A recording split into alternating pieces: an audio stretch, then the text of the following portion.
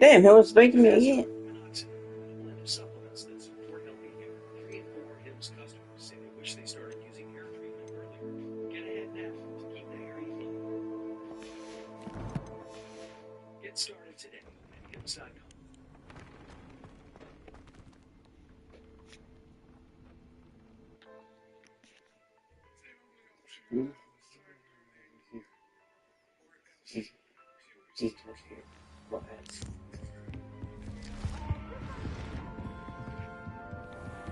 Was a boy, he had the voice of an angel, and he sang to his parents for fun. He wanted toys, he wanted a piano so he could learn how to play in the clubs. He was living away, but he didn't get paid enough to escape from the slums. Went for a walk and had a long talk with a man who wore black, and he called. And you learn this one thing, and he'll give you the keys to my friends on the other side. You anywhere you wanna go, friends on the other side. Give you whatever you want, and my friends on the other side. One thing you never know, my friends on the other side. Friends on the other side. Did you speak with my uncle? I wish I had better news about your uncle and Anne. Well, what did he say? I'm afraid he wants you nowhere near Feldcroft. Nor Anne. I had to stop that goblin from killing my sister. He had no right to banish me from my own twin.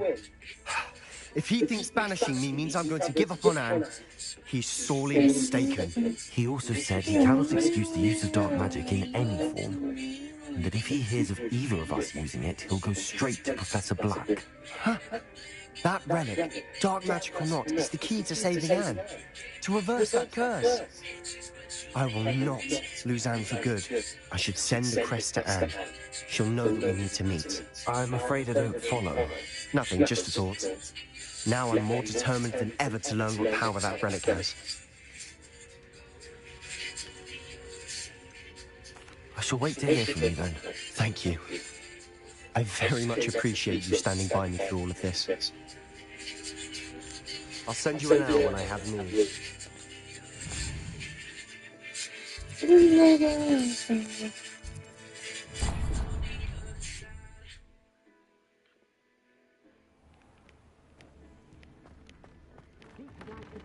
you when you have a moment.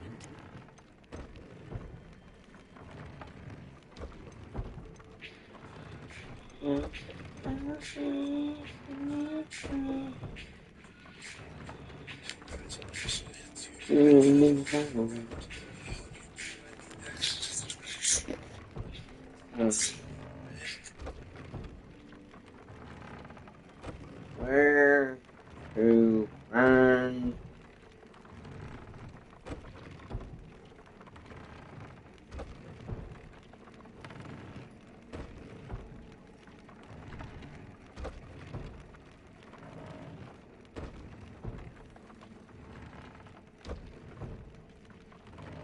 Oh.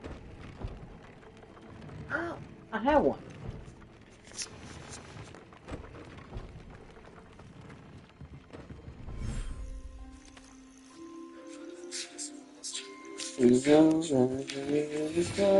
You're on a fair fight, you better do it right. Crucify your lover too. Under the moon. You're gonna watch his soul bleed.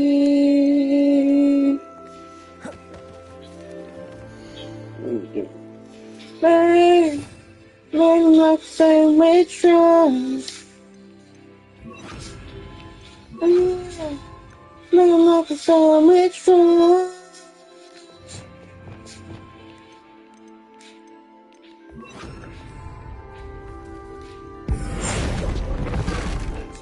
Wait, I do.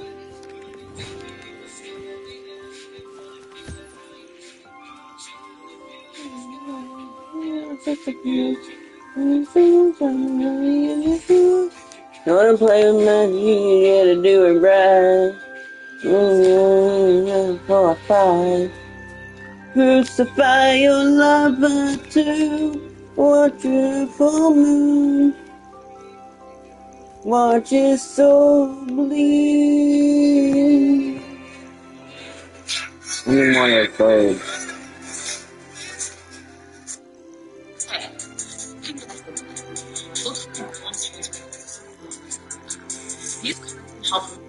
Let me show you where to find deer calls in Hogwarts Legacy. So the nearest fast travel to this one that I know of that's near Hogwarts is right next to West Hogwarts Valley.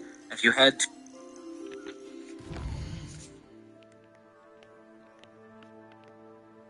Well, man.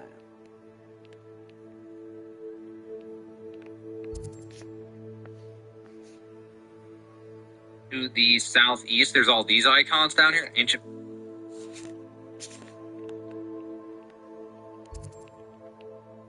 Alright, here we are. That's where he's looking. Magic hotspot and all that. So we're gonna head down that way in order to get to the deer call spawn. We have a track right now. It's over this way.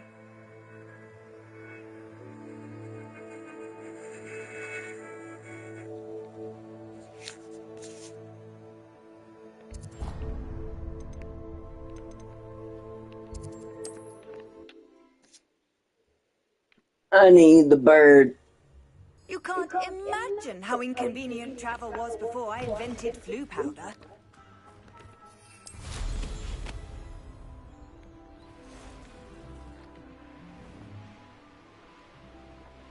We're looking for birds.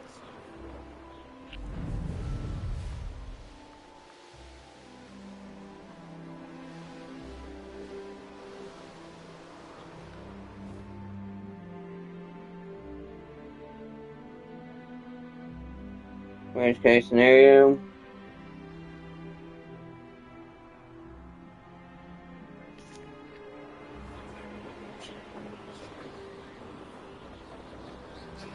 All units, prepared for fine.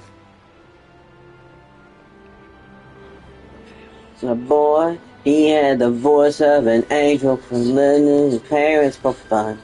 Then more toys, he wanted the wheel so he could learn how to play in the clubs. Once slaving away, but he didn't get paid enough to his good songs. Went for a walk and he had a long talk. Long ago, Learn this one thing, he'll give you the keys. Friends on the other side. Unit 1. All units, prepare to land.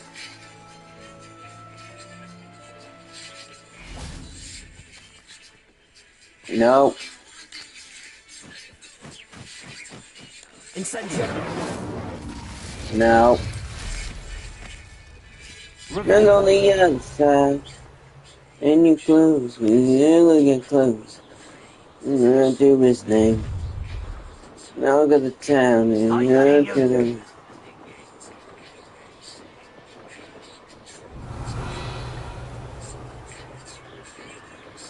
Let's see. Who knows more? There's a frogs. Frogs.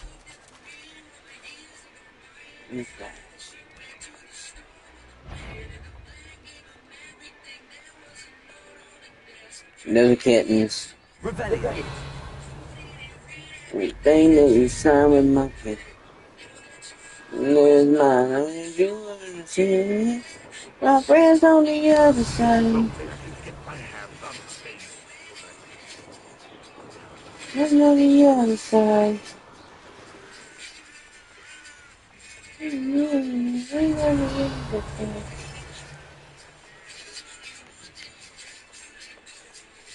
Double barrel.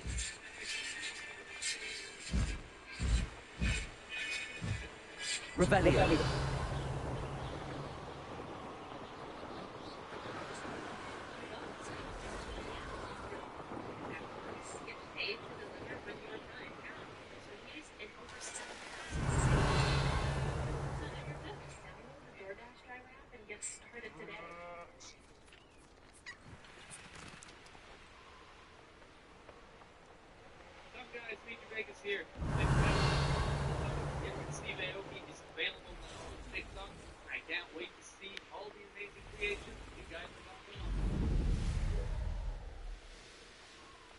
Revelio.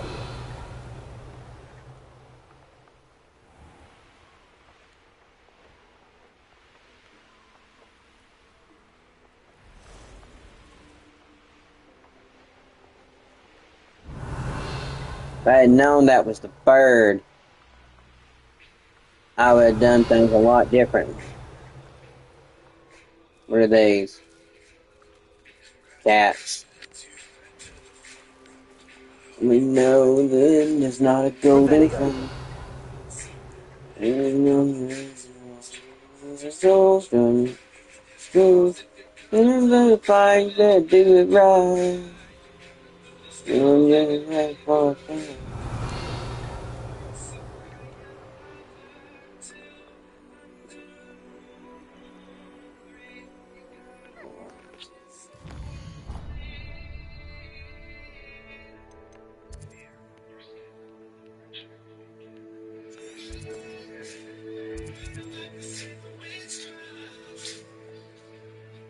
Whooping.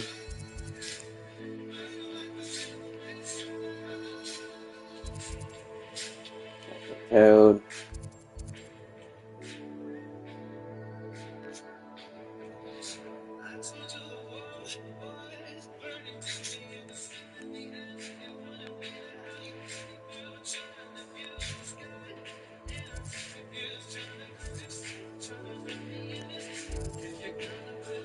Blooper. Puffkin.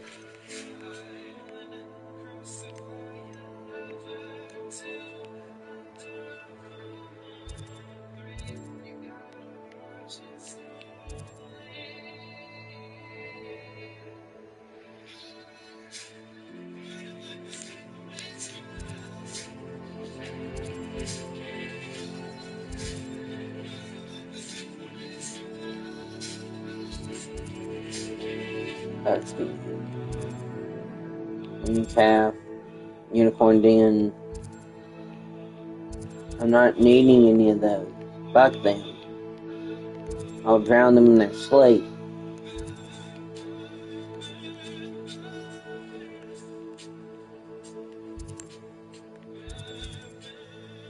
Giant purple toad.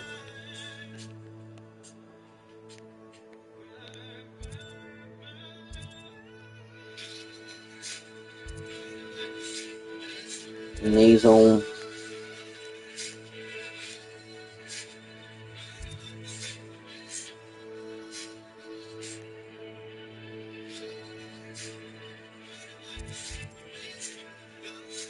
Whooper.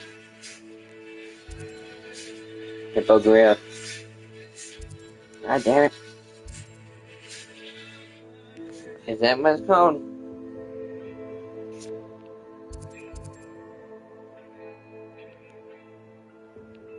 I'm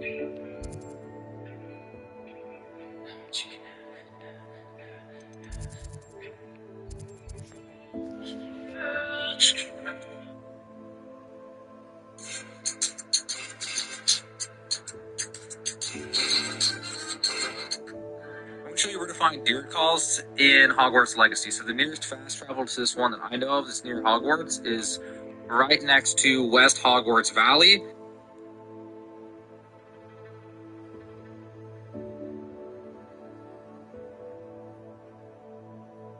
Alright, let's find that. Hold on.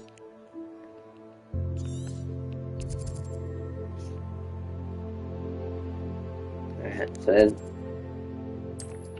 travel.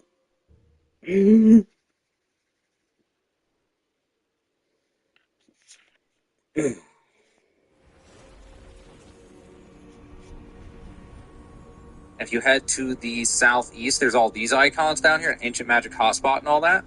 So we're going to head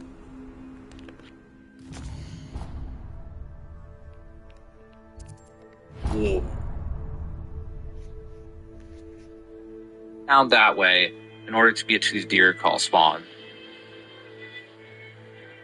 We have a track right now. It's over this way.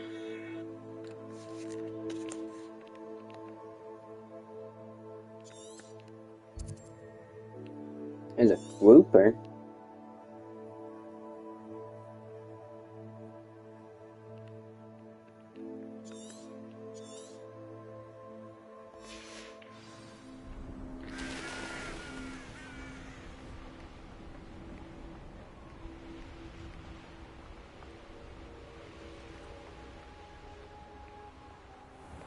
Revelio.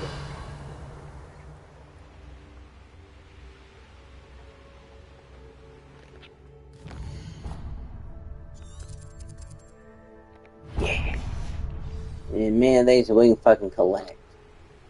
All units. Capture them all.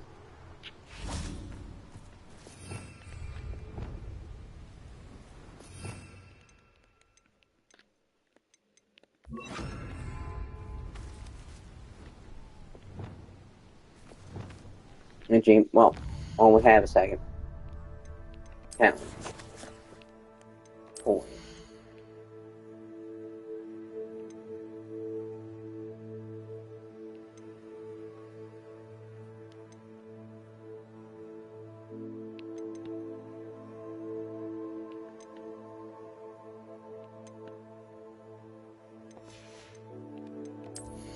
Fail.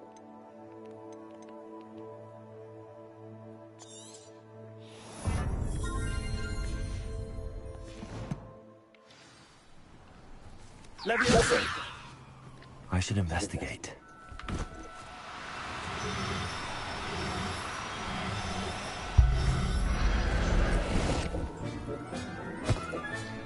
Settle yourself. I mean you no harm.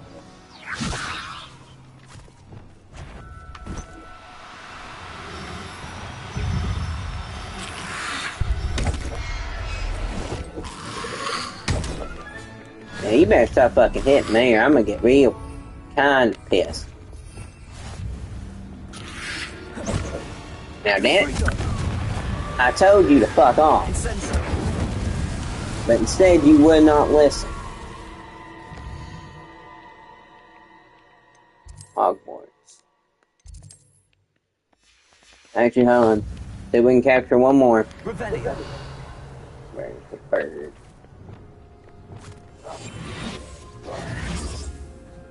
Where's Revelio. the bird?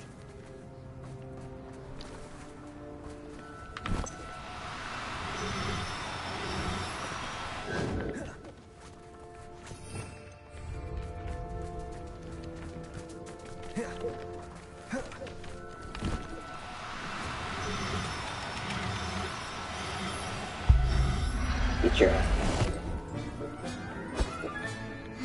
There. Not going to hurt. Alright. Hogwarts.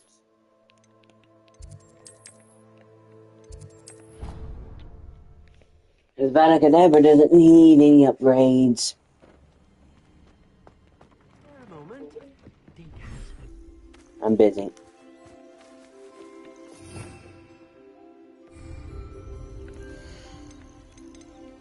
More birds. More birds. More birds.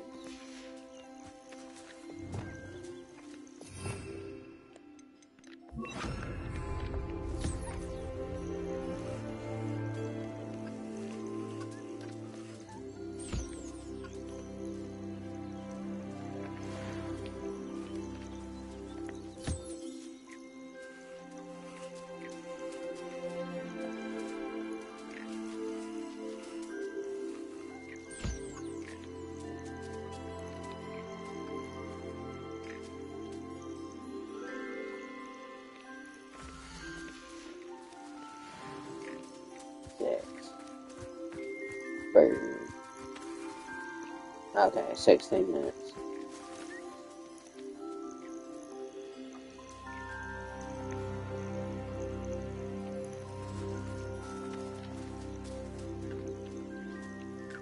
Everything gets fed.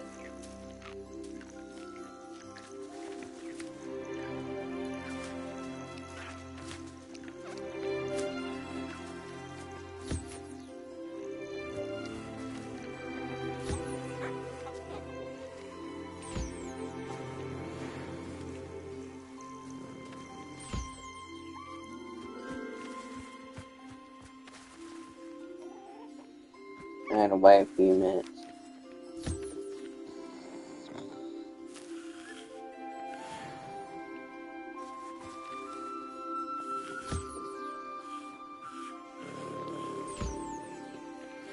There we go. And beat the bird.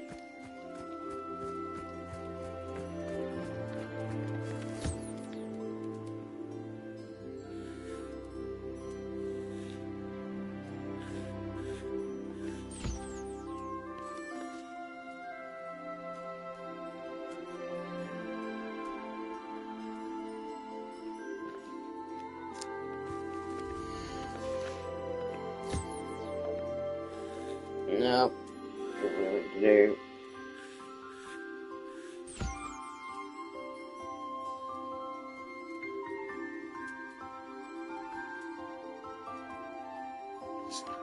Introducing Shea Moisturizing New Formulation. Mentally for skin, physically moisturize for 24 hours.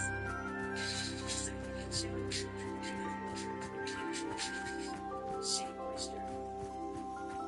With Chewy, get their mealtime match at a great price. Figaro loves chicken, except when he eats chicken. But has no I don't have anything for this at the moment. When the mood is right. For fast delivery or life with pets, there's Chewy.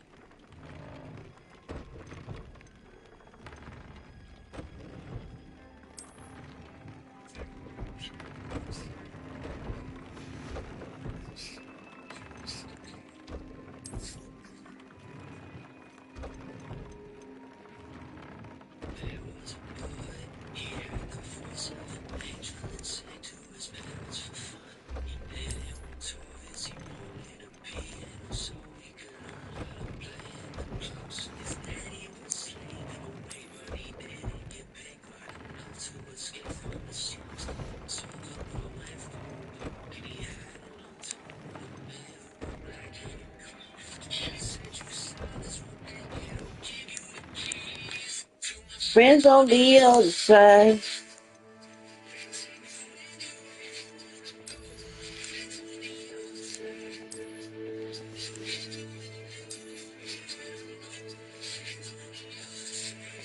Okay, it's worth it.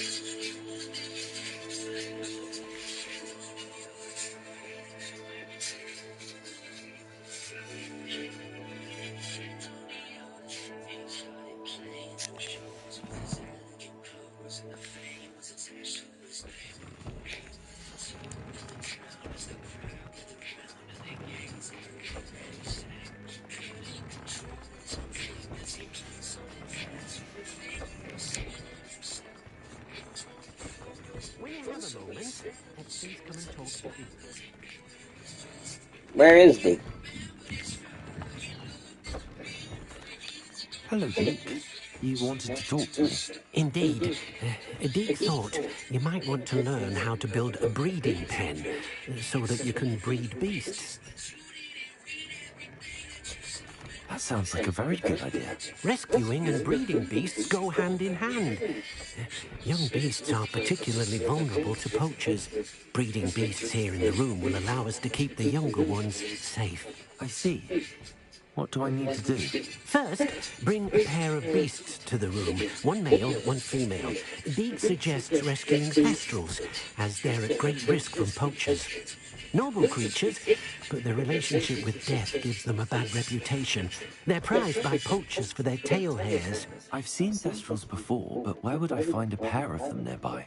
Deke has seen some wild thestrals not too far from the Hogwarts grounds. Then you'll need to purchase a spellcraft for the pen from Tomes and Scrolls and gather the materials it requires.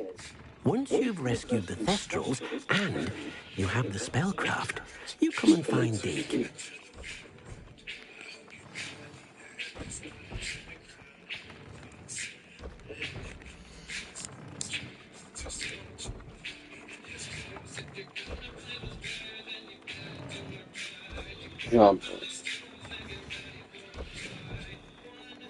Crucify your lover to the you're the ones who so bleed.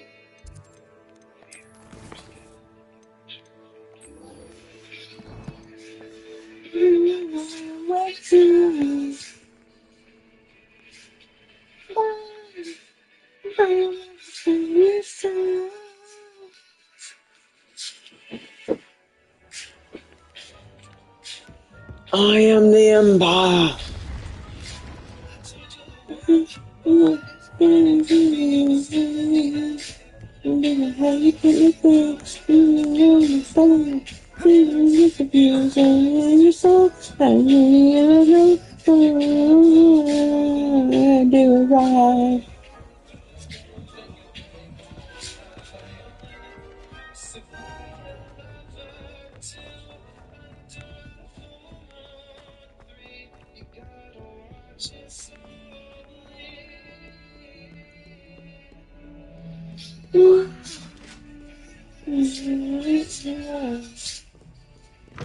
My crew.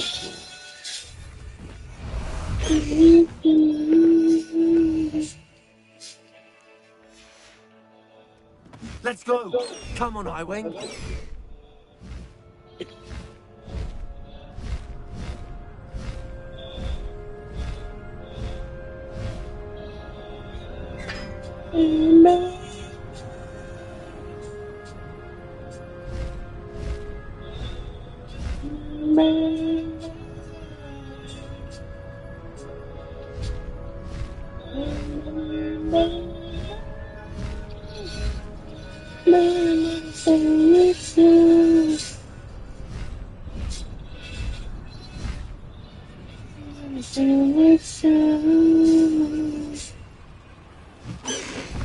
Frosting air.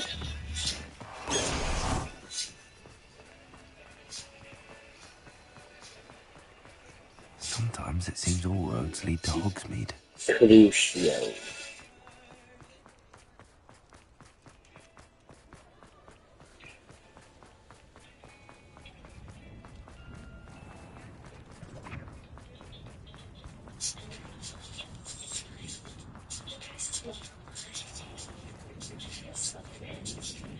Revelio.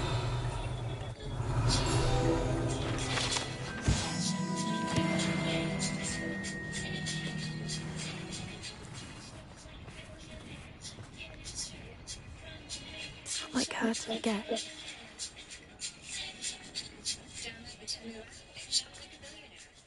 I didn't keep you waiting, did I? Not at all. I was just at the post office. Gran told me to expect a package, but it looks as if she forgot to send it. She didn't send me an owl this week either. Perhaps she's busy with her research. What was she sending you? Only some feed she's been developing. I was going to give it to Professor Howin for the measles. What kind of research is she doing? It varies from week to week, but it's always to do with creatures. Last week she was studying leg knots in plimpies. What did you find out about the dragon you were tracking? I realised that she didn't know the poachers had her egg, so when she left Horntail Hall, she would have headed straight to her nest. I went back to the tent and tracked her flight. How do you track a dragon long after she's gone? Tree canopies, burn marks, things like that. Well done. You certainly know what you're doing. I can't be certain, but I have an idea of one place she may have been heading. I thought we might go and see it for ourselves. Of course. Shall we leave now? If that's all right. I want to see how she's faring if she had a collar on. And she's likely frantic about her egg. She's telling me to go fuck myself. Here we are. I do think this is where we'll find her. The terrain's typical of where the breed would nest. I suspect it's how the poachers found her to begin with. They likely camped here and logged her patterns. Perhaps nabbed her first and then her egg. Dragons are hard enough to wrangle, let alone maternal ones. You got all of that from simply standing here? You'd be surprised how easy it is to think like a poacher. Shall we see if she's home? We only need to return her egg. That sounds straightforward enough. We should be in and out. Then we can be finished with the poachers once and for all. If you're right about finding her here, how do we go about returning the egg? Her nest will likely be in the heart of her den, which she will be keeping guard over. It might also be more charred than anywhere else, I imagine. Well then, Let's find our dragon and return her egg. Wonderful. If she sees us flying about, she might take it as a sign of aggression or food. We should stay on foot. Oh, and one more thing. Let's not agitate her. Goodness knows she's been through enough already. I'm ready when you are. There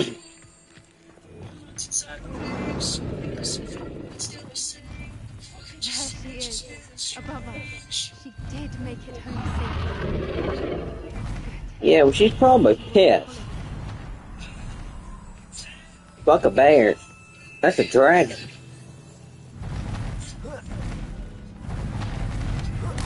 They could have gotten him toothache. Poor thing must be worried sick, wondering what happened to her egg.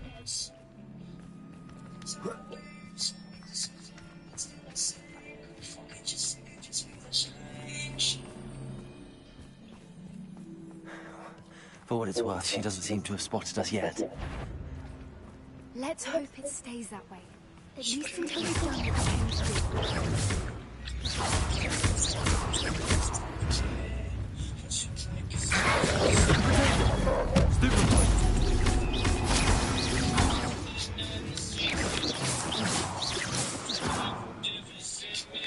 Rebellion.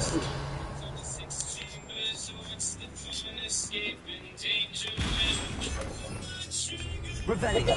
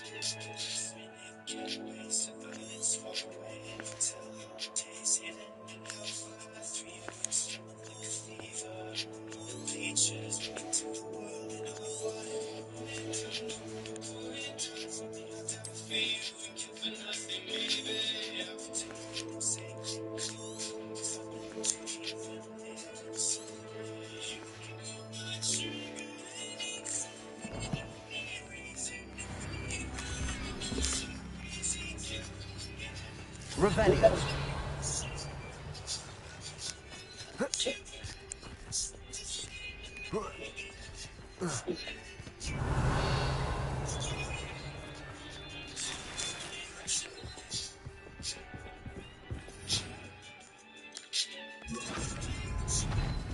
Prepare. Fantastic. There she is again. She's breathtaking. From a distance. Exactly. I'm not going to use Crucial. I wonder how good her eyesight is. I beg your pardon. I don't imagine the poachers fed her well. And from a distance, we probably look exactly like sheep to her. Hebrideans love sheep. How lucky for us. How lucky for us.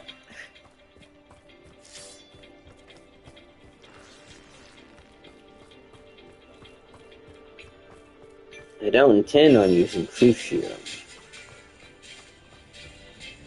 Watch your step. Rebellion.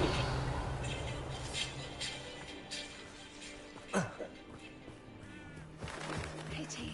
She must have been starved to pick off a grapple. I'm just raring for a fight.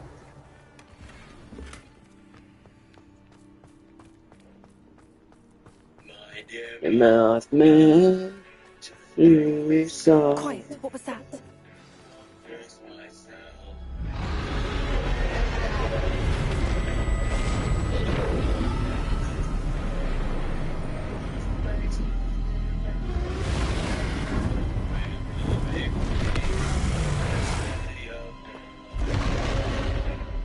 I think she noticed us.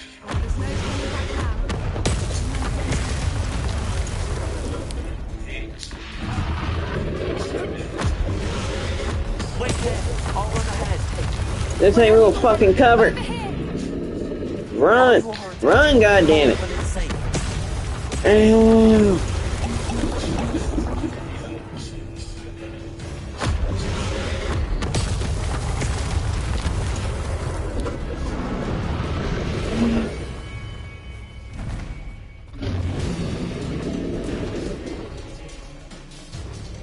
Revelio.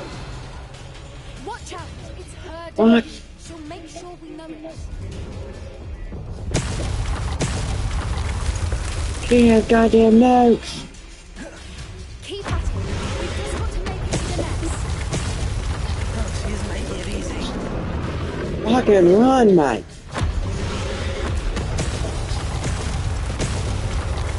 Run, goddamn.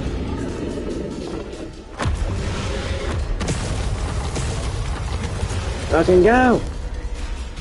Don't wait for a fucking formal invitation, mate. Warm welcome. It's a little too rude, if you ask me.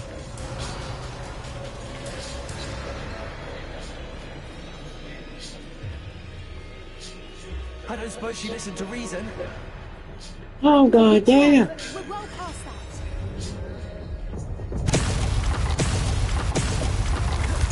that. My God. It shoots 3 times now. Get to that opening below her.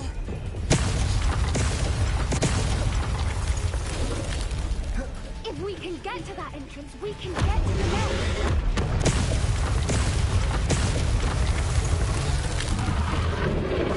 Fucking run. Look! Underneath! I think we're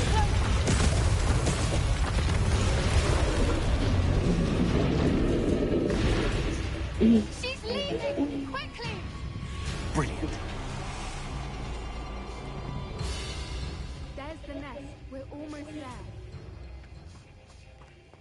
Oh, yeah, she's gonna be real fucking pleased. Revelio.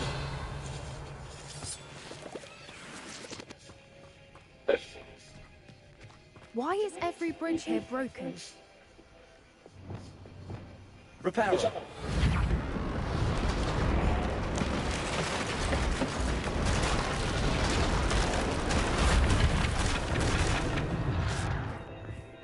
Now, if we just return her egg, we can hopefully make it out without too much fuss.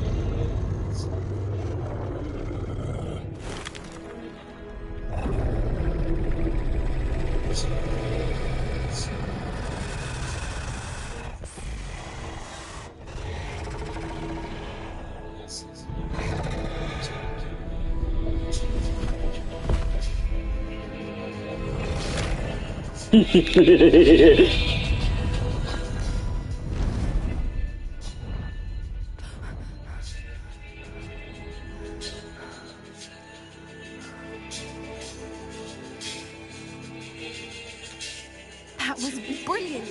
And did you see how clever? She left us perfectly unharmed.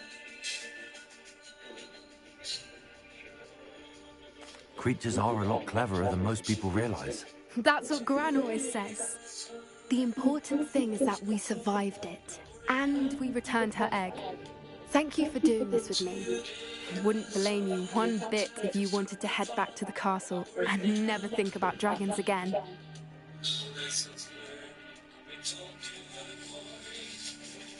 Shall we head back? I'm ready if you are. I am. After our dragon rescue at Hauntown Hall, I half expect to be ambushed by poachers any time I'm not in the castle. Understandable. We did sabotage their fighting ring and steal a dragon egg from them. True. True. So why haven't they come after us? It's not like them to let things lie.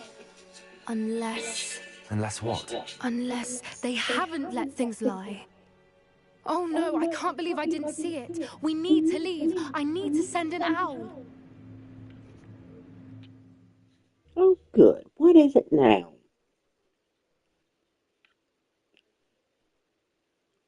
How could I have been so blind?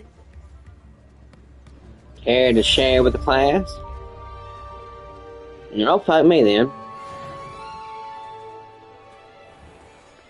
It's cool, fuck me.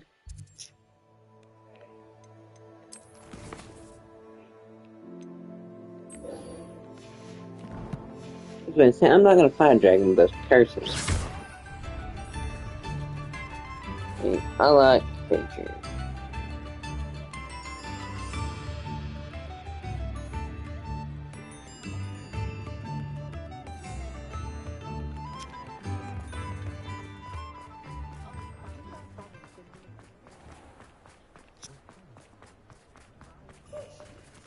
I'm getting tired of pressing this. Oh, it's not doing anything.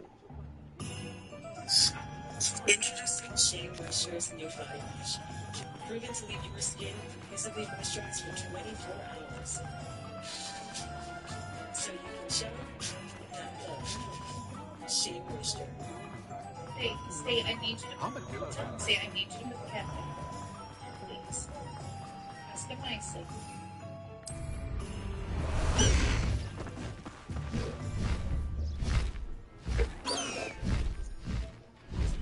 Faster, High Wing!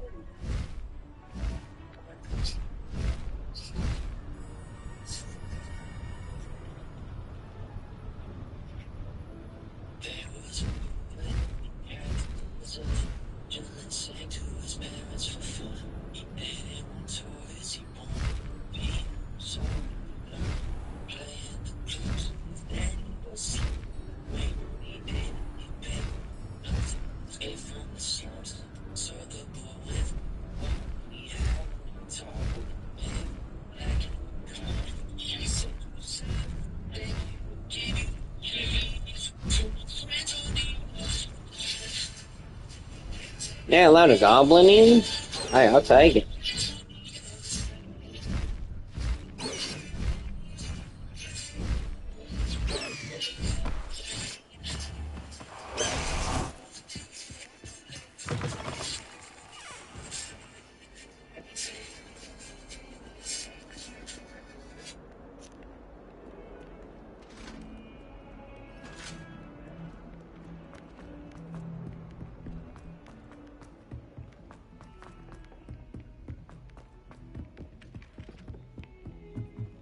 All of the shopkeepers like me, I know. You tell me to use everything I have.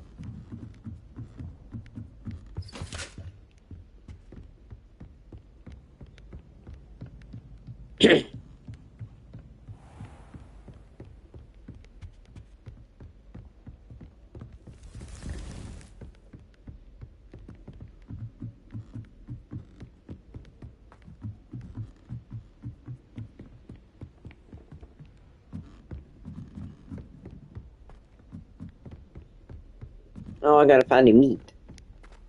Oh, hello, meat. I need you to die. He said I had a complexion like a hippocampus. Revelio.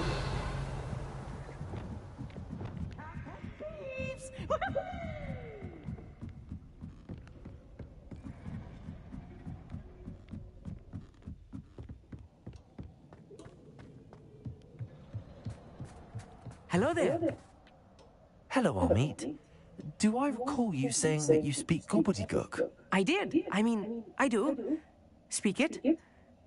Is this to do with the goblin I saw you with in Hogsmeade? It is. His name is Lodgok. We could use your help with something. He's waiting for me near a goblin mine. Would you be willing to help? Of course. How exciting. I mean, well, might this be dangerous? I think he simply wants to show me something that involves gobbledygook. If it helps, he's a friend of Sirona's. Good to hear. Good to hear. If Sirona trusts him, then I feel much better. You said you know gobbledygook, but how well? I've been reading it for as long as I've been reading English. My parents have an extensive library. Once I grew bored with the classics, I devoured goblin writings. I'd tell you some titles, but you wouldn't understand them. Have you ever spoken directly to a goblin? Unbelievably, no. I'm so looking forward to it. Actually conversing in gobbledygook with a native speaker. Cannot wait to confirm subtle bits of pronunciation and tone that may have eluded me. Being self-taught and all. Lord Gok is waiting. Shall we go? Of course. I just want to check the pronunciation of a couple of key terms first. So I will meet you there.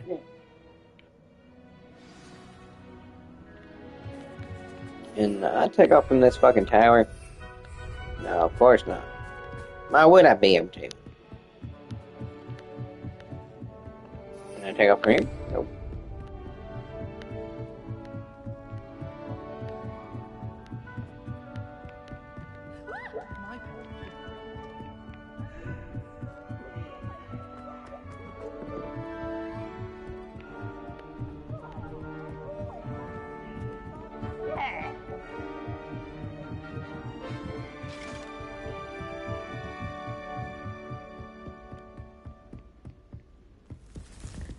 What game will you play after these two?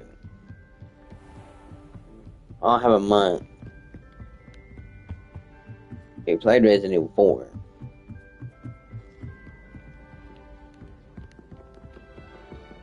My family has a lot of money.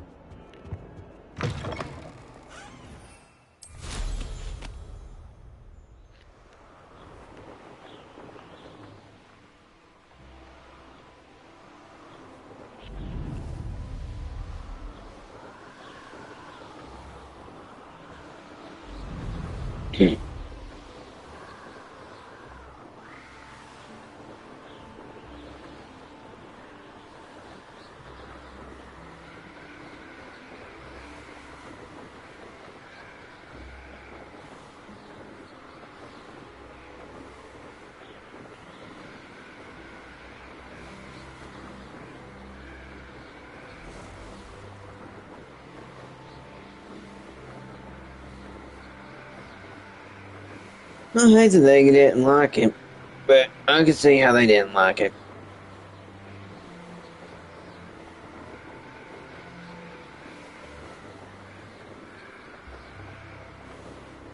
And their rice ain't really any good without soy sauce.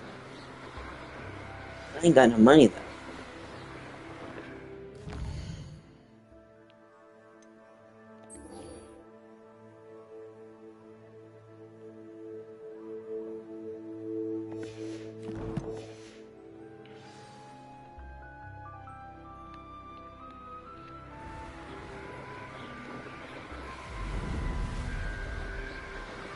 I can touch Papa real quick.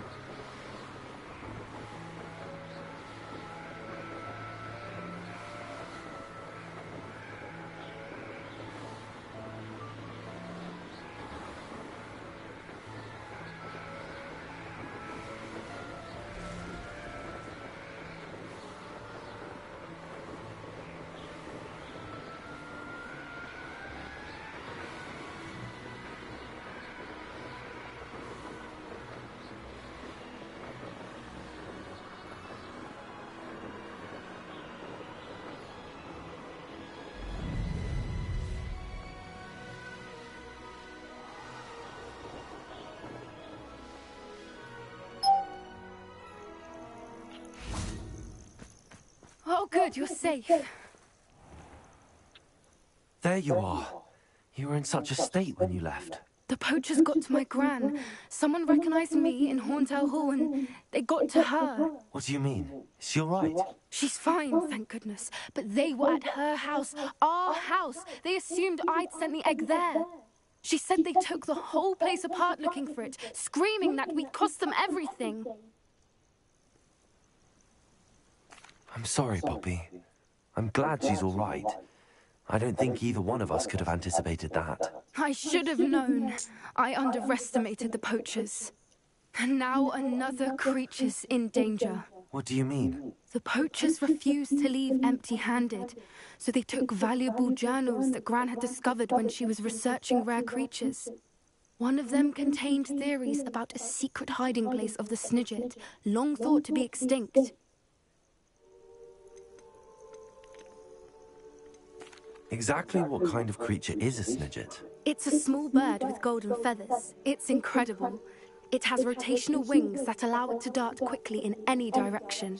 In fact, the golden snitch in Quidditch is based on the Snidget, which barbarically was actually used in the sport hundreds of years ago.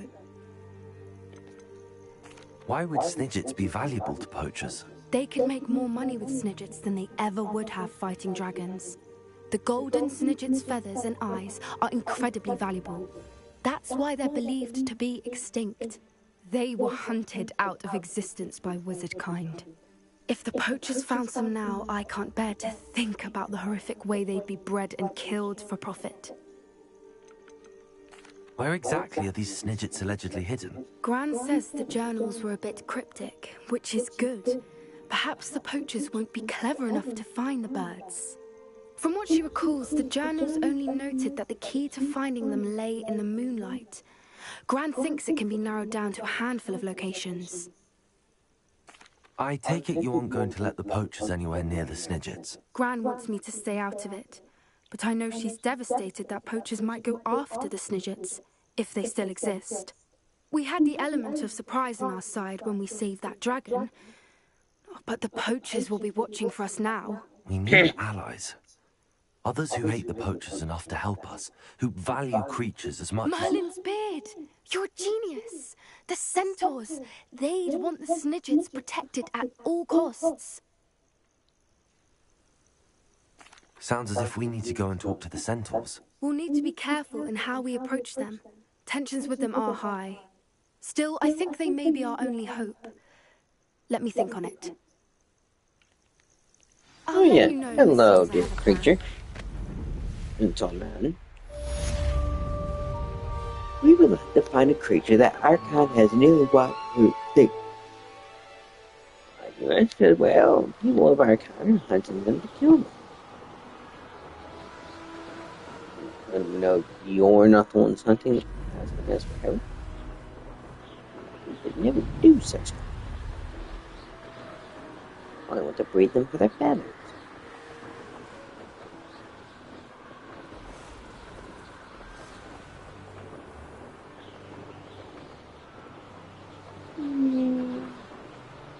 Guppy. I wonder how powerful that Crucio curse is, man. That's all my gear basically holds the power.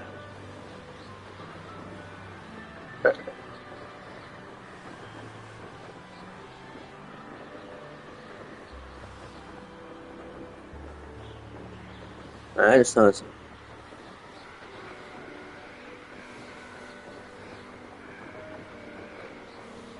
We could have put it in the purple piece. It doesn't have to be gold. It just can't be green. Blue.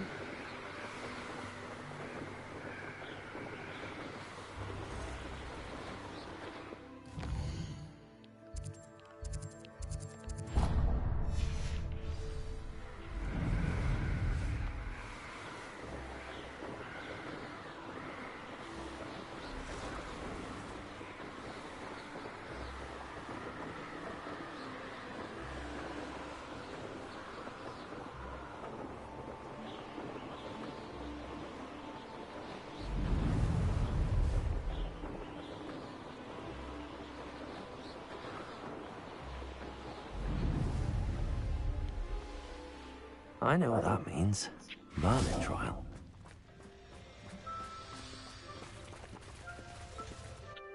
A friend who speaks gobbledygook is meeting us. Before he arrives, perhaps you could tell me why we're here? Of course. Unfortunately, presenting Ranrock with the Helmet of Urtkot did not have the effect I'd hoped. Because he knew the details surrounding its plunder, he presumed I'd had help from a witch or wizard in retrieving it. How else did he expect Goblinkind to get the helmet back? Seems he has no interest in making amends with you. I'm afraid we do not have the luxury of rational expectation when it comes to Ranrock. Damn Bragbor and his blasted journals. Bragbor? An ancestor of Ranrock's, renowned metal worker. If we are to work together, I suppose I must tell you more. Not long ago, Ranrock sent me to collect a recently unearthed set of Bragbor's journals. They describe repositories that Bragbor had been commissioned to build for a group of witches and wizards. What do you mean, repositories? Large, magically fortified receptacles crafted from goblin metal. Ranrock recruited others to help me locate the repositories. We were to search anywhere that was connected to 5 names mentioned in the journals. Rackham, Fitzgerald, Bakar, Morganach, and Rookwood. Rookwood Castle. That is where we began our search. Why does Ranrock care so much about these repositories? He cares about what they contain. For centuries, wizards have refused to share their magical knowledge with goblins. Your kind will not even let us carry wands. Thus, many goblins, myself included, have spent our lives mistrusting wizard kind. Ranrock was convinced that the repositories contained a magical power that wizards wanted to keep for themselves. He is determined to take it for goblin kind. But Here comes my friend Amit. Probably best to continue our conversation later. Greetings, Lord Cock. It is an honor, sir. You speak gobbledygook. Oh, Bacalio. Enough. Please do not tell me that was meant to be gobbledygook. Yes. Perhaps my pronunciation was a bit off. I imagine certain dialects differ. Pronunciation is not the issue. I barely recognize that as language. I trust you can read gobbledygook better than you can speak it? I can, Sir Lodgok. Just Lodgok. Thankfully, we only need someone who can decipher written plans, since I cannot join you in the mine. What written plans? And why can't you come with us? We need some idea of what Ranrock knows or is plotting. I suspect a careless loyalist may have left plans behind. And I'm unable to join you because I cannot risk anyone reporting my presence to Ranrock. All you need to do is not be seen. Either by the eye above the enchanted door, or a loitering loyalist. Amit and I can do this. I will await your return. I shall see you soon. I don't know about being quiet. Revelio. See, all my spells require me to go loud.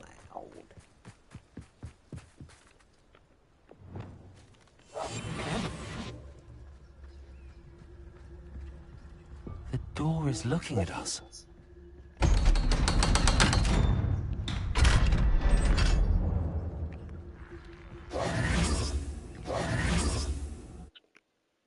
No more invisibility.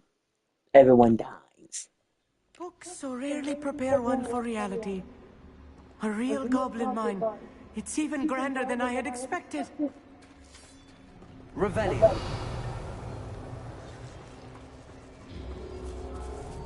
I cannot believe I met a goblin. Let's just learn what we can and get out. Look at this lift.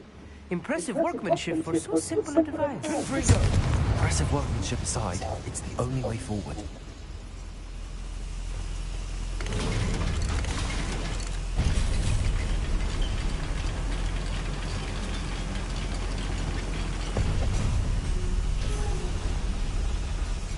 I still can't believe we're inside a real goblin mine.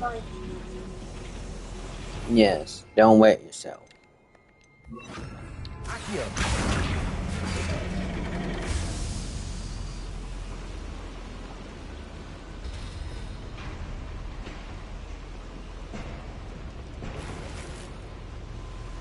Ooh, another yellow artifact.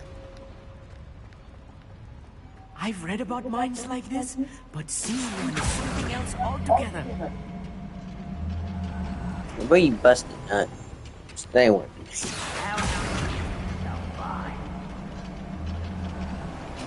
We need to be careful. As I'm sure you know, not all goblins are as friendly as Lodgok.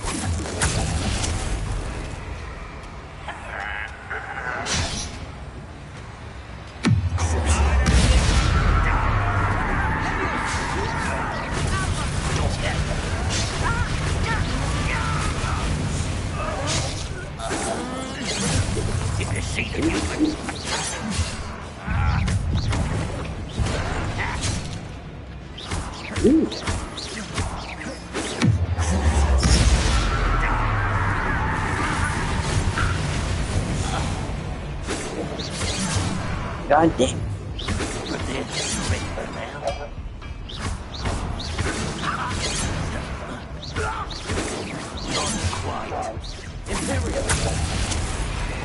Where those plans go? Schematics in my hand a moment ago.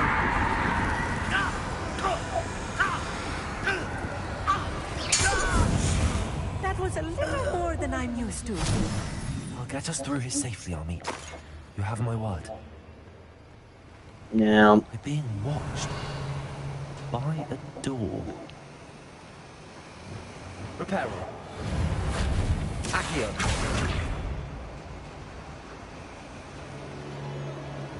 He won't get through as long as he can be seen by that eye.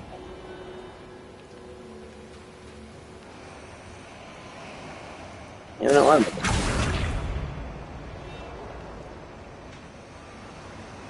I should use disillusionment. That eye won't see a thing. Right. Don't wish to be seen, do we?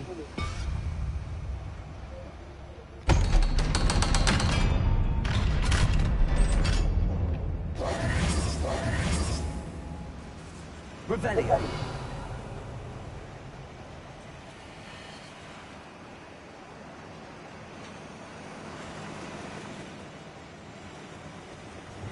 Confringo.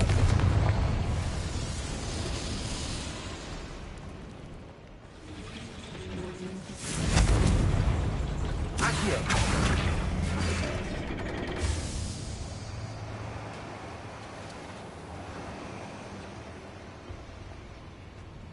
What did it do?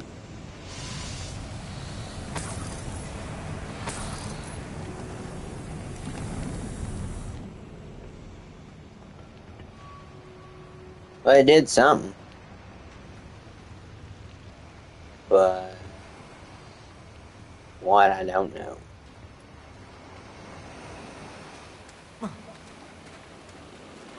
Oh, it opened this.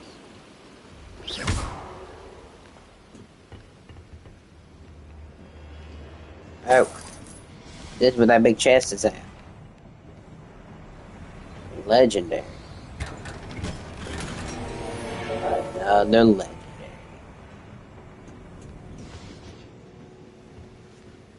That was cool. Get the fuck out of my way. Legendary items are cool. That's awesome and cool.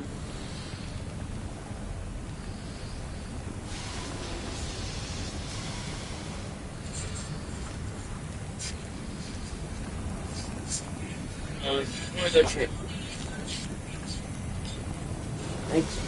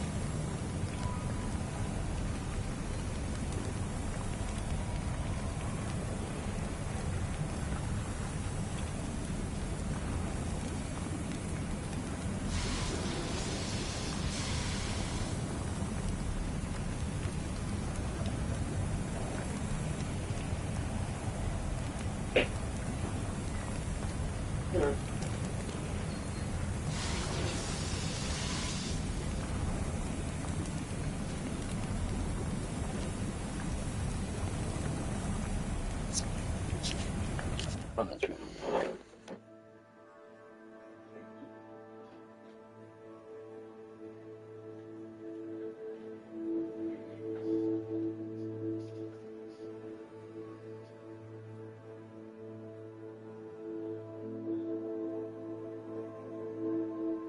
Gotta change things out.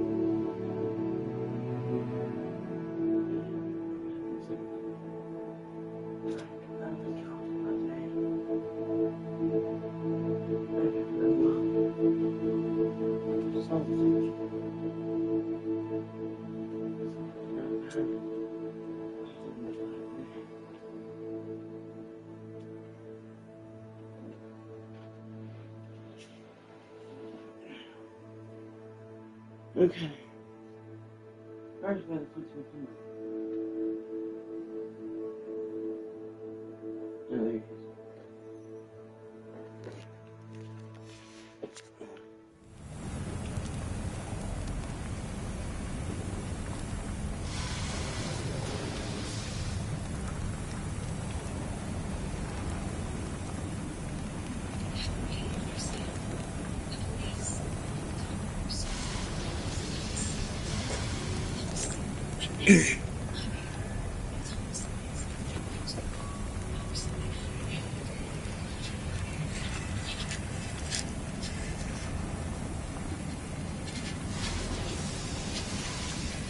Give me a second.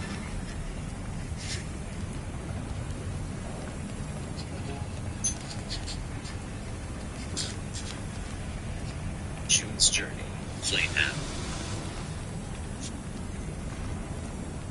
I feel like a character from one of the adventure books I read during the summer holidays. The prefect got up and shook his hand vigorously. Let's take a look around, Arneet.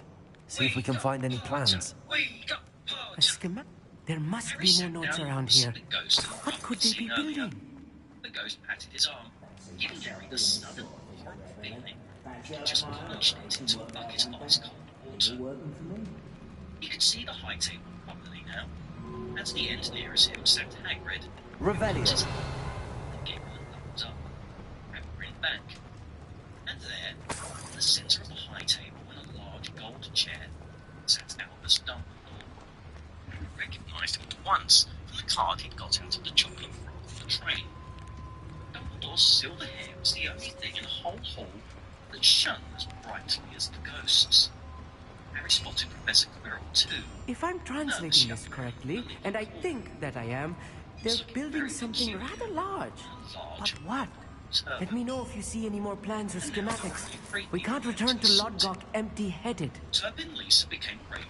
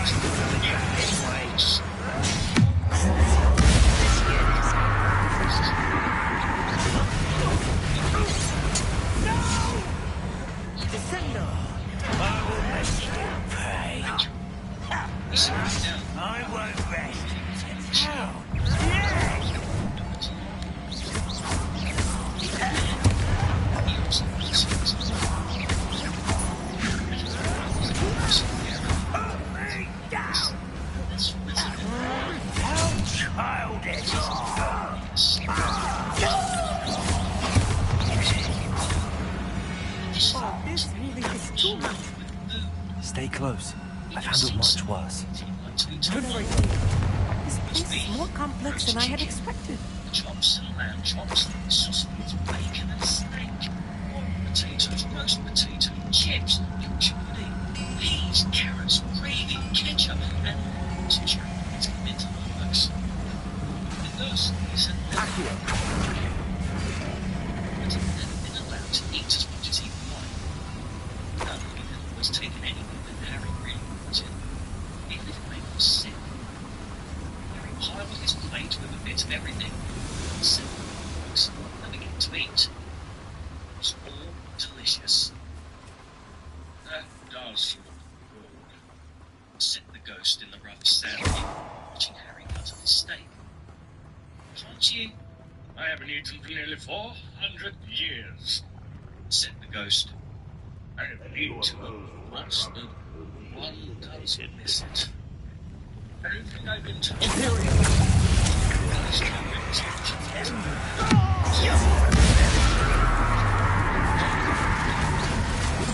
Right, not to be worried about you.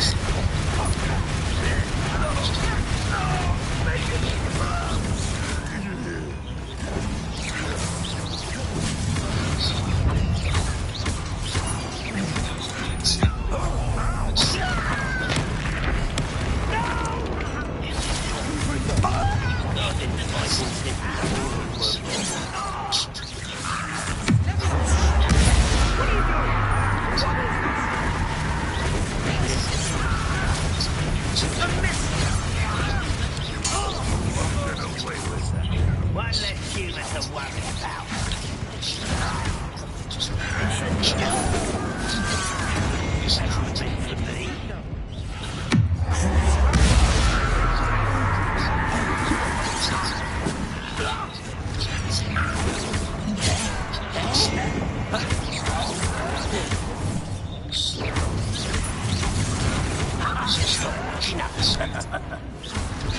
For me? You call that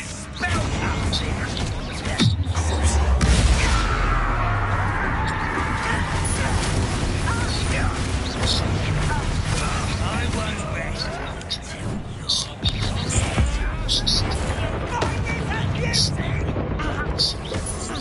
You can't stop us.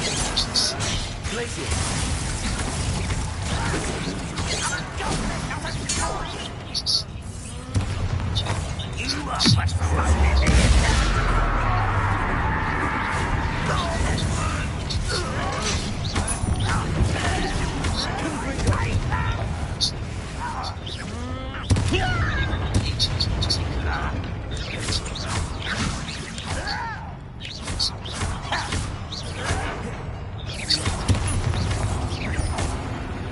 How many of them are there?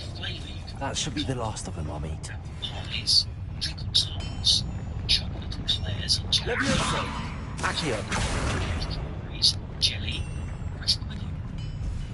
As Harry helped himself to a treacle tart, the talk turned to their families. I'm half and half, said James. My dad's muggle, and intelligent to witch after they were Revelio. married. He's a short arm. The others laughed. What about you, Neville? Said Ron. Well, my grandma, yeah, she's a witch, said Neville. The family thought I was born up for ages. The great Uncle Algy could come and catch me off my guard. Some magic out of me. He was in the Blackpool Pier once. And he drowned. Nothing happened until I was 8. Great Uncle Algy came round for tea.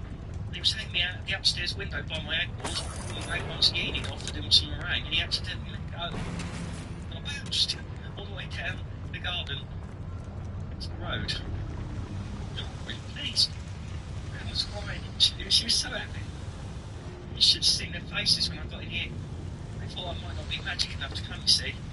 And Uncle Algy was so pleased he put me on my toad. On Harry's other side, Percy Weasley and Hermione were talking about lessons. I do hope they start straight away. There's so much to learn. I'm particularly interested in transfiguration.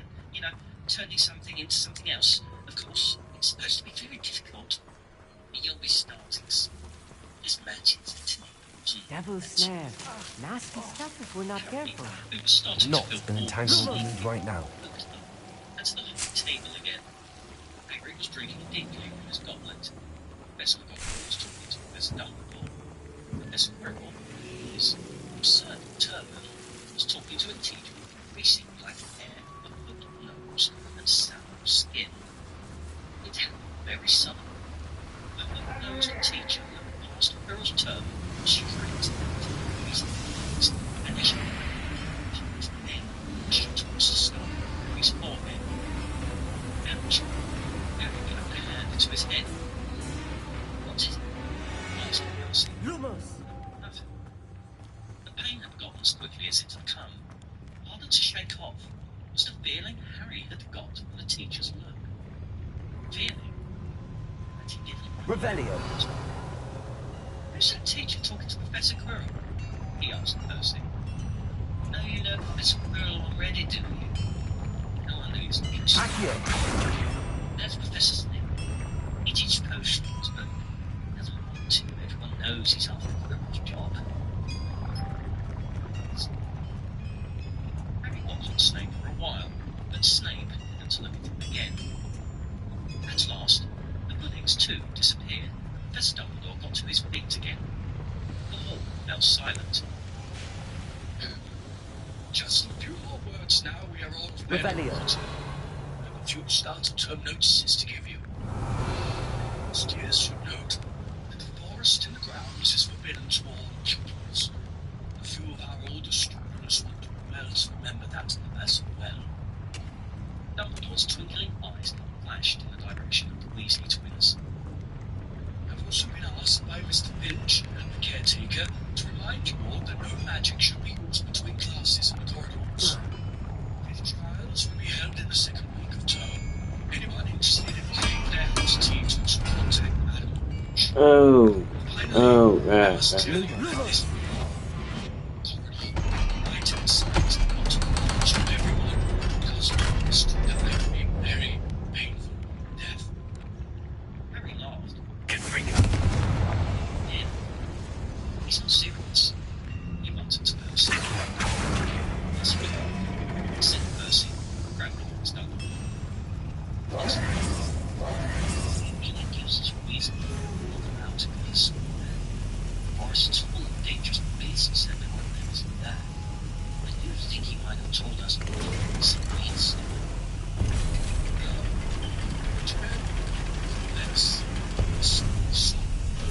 Cried Dumbledore. Harry noticed that the other teacher's smiles had become fixed. Don't think I've found all the Dumbledore gave plans. his wand a little I'd best keep looking. trying to get a fly off the end, and a long golden ribbon flew out of it, which rose high above the tables and twisted itself snake-like into words. Everyone pick their favorite tune, Said Dumbledore, and off we go. and the school bellowed.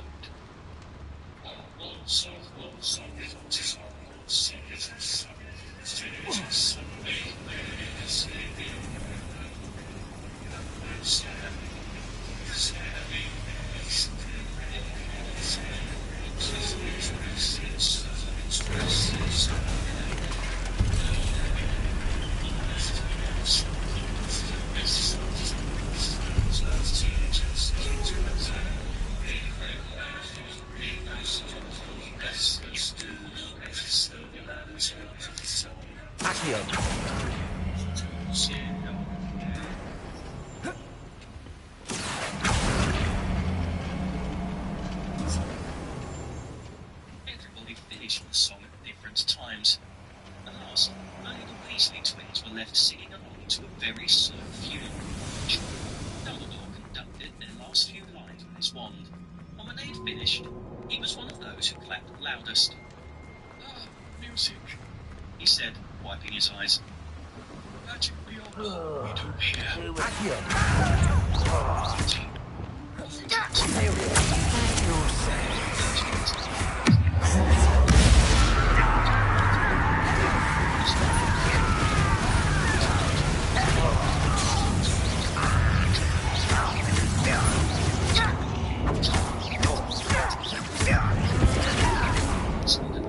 As they passed, more than twice Percy led them through doorways hidden behind sliding panels and hangings. Fascinating to see gobbledygook written in a goblin hand. The flourishes are extraordinary. I will get to the bottom of what they've been building down here. A bundle of walking sticks was floating in mid-air. As Percy took a step towards them, they started throwing themselves at him. Thieves, Percy whispered to the first years. Poltergeist. He raised his voice. Thieves, show yourself. A loud, rude sound, like the air being let out of a balloon, answered. He always goes to the bloody barrel. There was a pop, and a little man with wicked dark eyes and a wide mouth appeared, floating cross-legged in the air, clutching the walking sticks.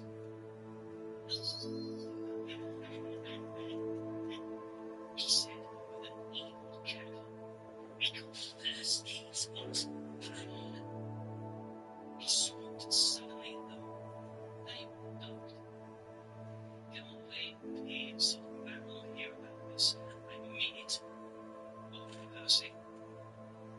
shadows that stuck out his tongue vanished into a walking stick.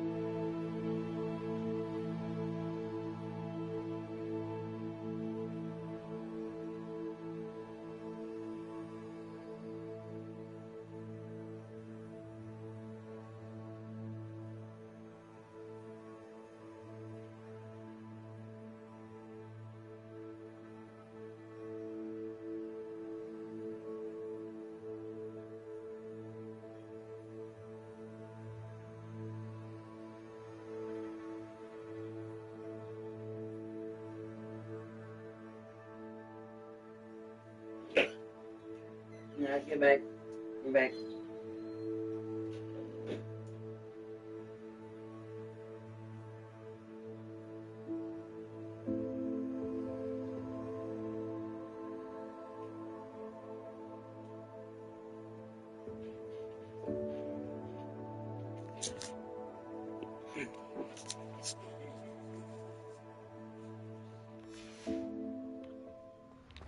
Hey, Layson. Hey, Layson.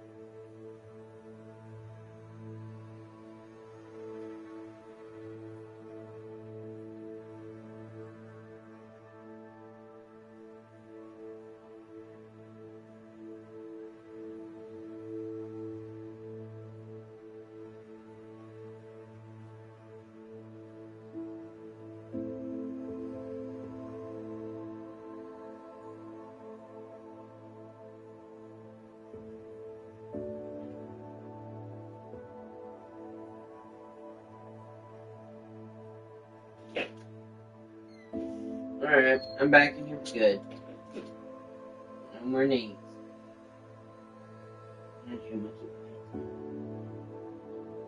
Oh man.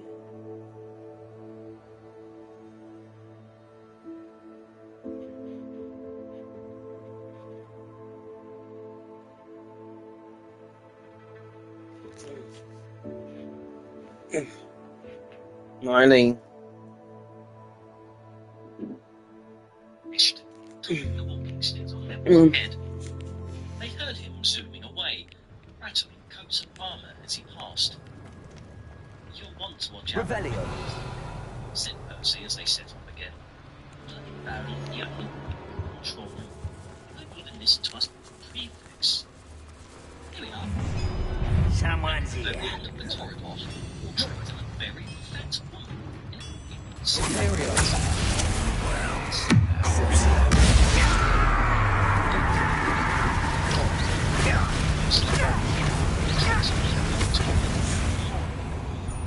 They all scrambled through it, never picking a leg up, and found themselves in a group of common room, a cosy round room with squashy armchairs. Percy directed the girls from one door to their dormitory, and the boys another. At the top of the spiral staircase, they were obviously in one of the towers. They found their beds at last. By wall posters hung with deep velvet curtains. Their trunks had already been brought up. Too tired to talk much, they pulled on their pyjamas and fell into bed. Great food, isn't it? Ron muttered to Harry through the hangings. You scammers. It's 2 more sheets. Harry was going to ask Ron if it had any of the treacle tart, but he fell asleep almost at once. Perhaps Harry had eaten a bit too much, because he had a very strange dream. He was wearing Professor Gordon's This is not good. They're building enormous drills, bigger than this mine could contain. let's get out of here and tell Lodgok what we found. Harry told the turban he didn't want to be in sleep. It got heavy, heavier. He tried to pull it off, but it tightened painfully. And there was Malfoy, laughing at him as he struggled with it. Then Malfoy turned into the proposed teacher. There must be a quicker way out of here than retracing our steps. Cold. It was a burst of green light. Harry woke, sweating, shaking. He rolled over, went back to sleep again. And when he woke the next day, he didn't remember at all. Chapter 8. Emotions Master.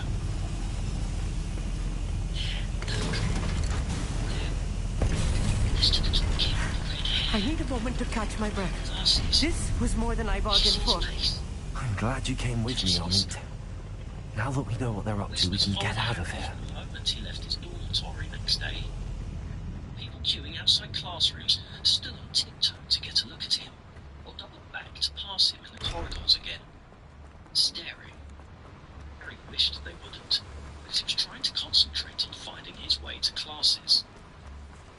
We're almost out of here, Amit. Look, the lift. A welcome sight indeed.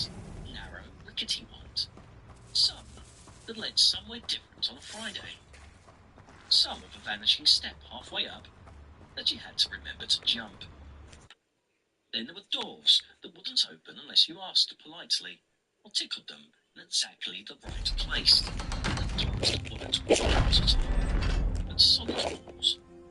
It was also very hard to remember where anything was. Can we please talk about what... That wasn't so bad, was it? It was. It really was. I'm afraid I've had enough adventure for one day. For a lifetime, perhaps. Thank you, Amit. I couldn't have done it without you. Now, if you don't mind, I'd like to have a word with Lodgok. Understood? I'll leave you to it. Your goblin secrets are safe with me, but I get to write the book about this escapade someday. Without further ado, adieu. He would drop waste paper baskets on your head, pull rugs from under your feet, pelt you with bits of chalk or sneak behind you, invisible, grab your nose and screech. They're building enormous drills.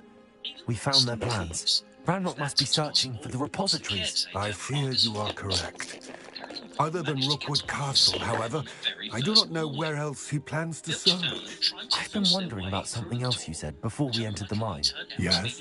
If you share Ranrock's views, then why are you helping me? I expected Rookwood Castle to be deserted when I arrived to begin my search. So was surprised to find a witch there who'd set up a sort of improvised research site. She was studying something so intently that she almost didn't notice me. When she looked up, I thought she would react with fear or disdain. But instead she did something that I will never forget. Without a moment's hesitation, she smiled and asked me to sit with her. She told me that she was a researcher and showed me a small, oddly shaped container with a strange symbol on it. She was certain it was made of goblin metal, but was unable to open it. She wanted to work together. Miriam. Yes. But how did you... Professor Fig's wife. He told me of her research, and I know of the container.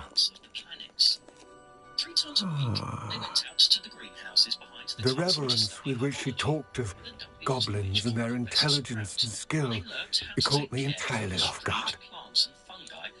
I'd never been treated with such respect by a witch or wizard. So, to my surprise, I let her study the container if she would allow me to search the castle on my own. We parted ways, with her promising to share what she'd learned. More of Ranrock's recruits arrived, and we began to dig, eventually locating the first repository. Ranrock was thrilled with our discovery, but furious when I told him about Miriam. Berated me for trusting a witch, and I heard she'd been killed. Do you think Ranrock murdered her? I don't want to believe it, but I don't know. After that, something shifted in me. I had seen how the power from the repositories was transforming Ranrock, transforming all of them. I could no longer remain a part of it. Thank you, Lord Cook, for telling me this. I tell you all of this so that you understand what is at stake. Ranrock never found all of Brackbore's journals, but the ones he did find suggest that Brackbore at some point built a repository far greater in size than the one beneath Rookwood Castle. What you've discovered here today worries me deeply. If Ranrock learns of the location of that repository, I fear we shall be destined for a great war. I will find out what Ranrock knows. Watch for my owl. Quirrell's lessons turned out to be a bit of a joke. His classroom smelled strongly of garlic, which everyone said was to ward off a vampire he met in Romania who was afraid he'd be coming back to get him one of these days. This turban, he told me, had been given to him by an African prince as a thank you for getting rid of a troublesome zombie. But they weren't sure they believed this story.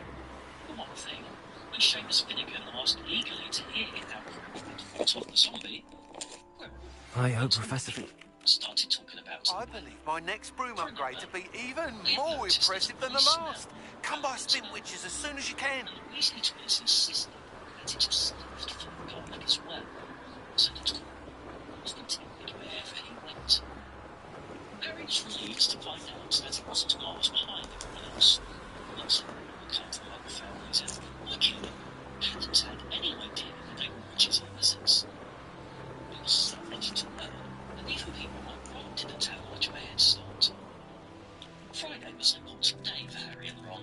They finally managed to find their way down to the Great Hall for breakfast. Revelio. What's it got today? Harry asked Ron as he poured some sugar on his porridge. Double potions with the Slytherins. We should speak with Mr. Bickle's friends. I believe I can sneak away without drawing my mother's eye. Meet me near Hogsmeade, and we will devise a plan. Said Harry. I think I know how and where to approach the centaurs about protecting the Sniggins. Meet me in the Forbidden Forest. Just then, the post arrived. Harry had got used to this by now, but it had given him a bit of a shock the first morning, when about 100 owls had suddenly streamed into the great hall during breakfast, circling the tables until they saw their owners, and dropping letters and packages onto their laps. Hedwig hadn't brought Harry anything so far. She sometimes flew in to nibble his ear and have a bit of toast before going off to sleep in the owlery with the other school owls. This morning, however, she fluttered down between the marmalade and the sugar bowl and dropped a note onto Harry's plate.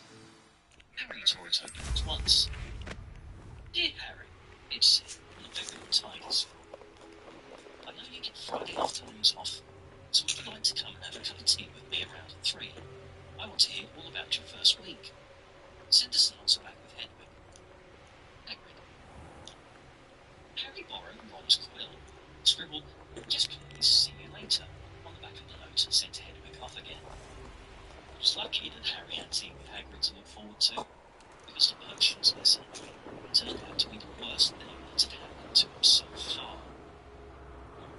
At the start of term banquet, Harry had got the idea that Professor Snape disliked him. By the end of the first potions lesson, he knew he'd been wrong. Snape didn't dislike Harry. He hated him. Potions lessons took place down in one of the dungeons. It was colder here than up in the main castle, and would have been quite creepy enough without the winged animals floating in glass jars all around the walls. Snape, like Flitwick, started the class by taking a register, and, like Flitwick, he paused at Harry's name. Ah, yes, he said softly. Harry Potter, our new celebrity. Draco Malfoy and his friends Crabbe and Goyle sniggered behind their hands. Snape finished calling the names and looked up at the class. His eyes were black like Hagrid's. They had no Hagrid's warmth. They were cold, empty, and made you think of dark times. This is caution making. He began. He spoke barely more than a whisper. He caught every word. Professor Snape kept keeping the class silent without effort. As there is little foolish one living here, many can hardly believe that it is magic. And this is the beauty of the surface, which fumes, and delicate power fragrance that creep through human veins, reaching the mind, snaring the senses. I can teach you how to bottle fame, brew glory, even stop at death. If you aren't as big a bunch of dunderheads as I usually have to teach. Are you ready to put an end to Harlow? Silence followed this little speech. Harry and Ron exchanged looks with raised eyebrows. I'm ready to do what's needed to take Harlow down. I know you have a plan. We must gather information from the friends of Mr. Bickle that Archie and Mrs. Bickle mentioned. Agabus Filbert, Otto Dibble, and Mr. and Mrs. Rabe. All right. I suggest that you speak with each of them while I head to the Hogshead. I saw some Ashwinders heading there. And as my mother would never go near the Hogshead, she is less likely to learn of my activities than if I were to wander the village questioning its residents. Snape's lips curled into a sneer. Tut, tut. Fame clearly isn't everything. He ignored Hermione's hand. Let's try again. Where am I to find these friends of his?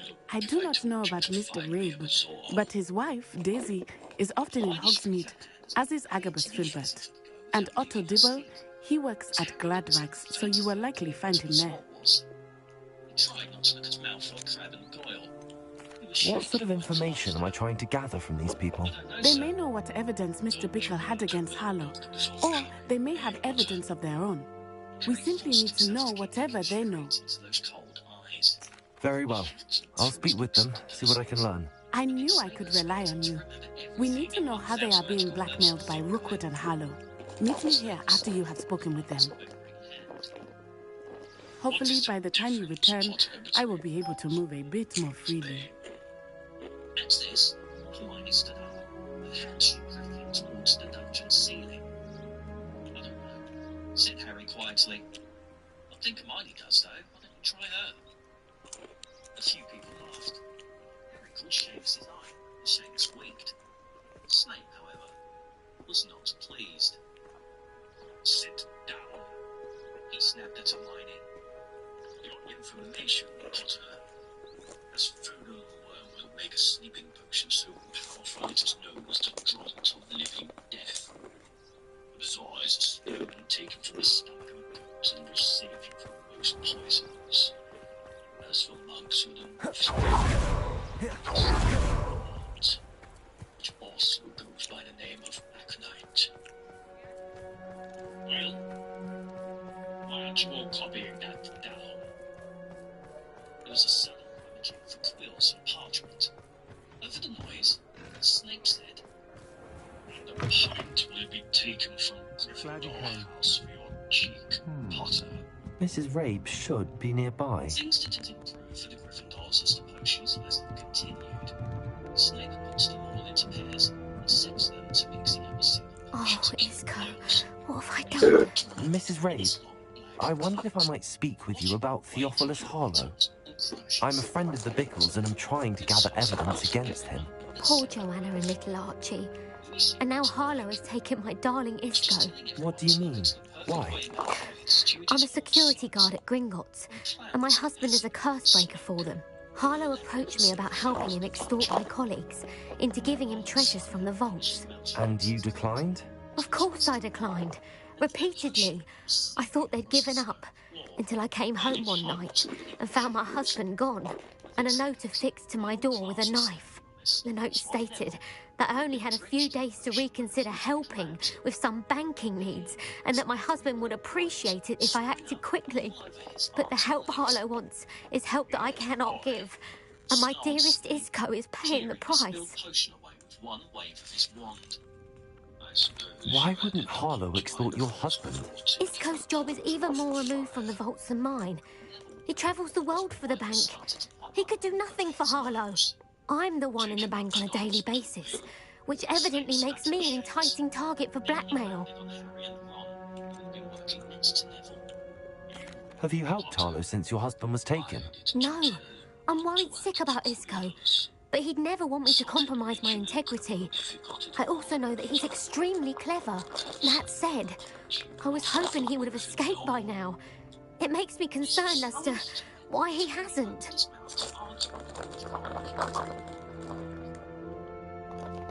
Thank you, Mrs. Rabe.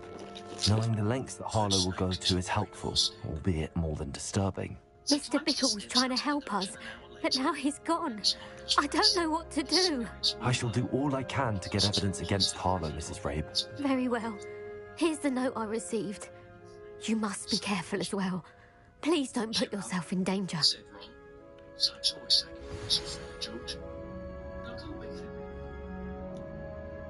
They left the castle and made their way across the grounds. Hagrid lived in a small wooden house.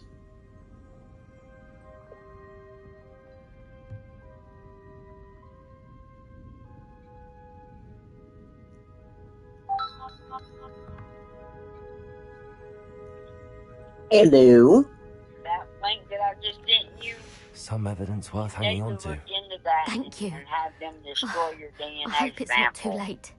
Now, to find Mr. Bickle's other two friends. 23andMe is going out of business. And they can sell your DNA stuff.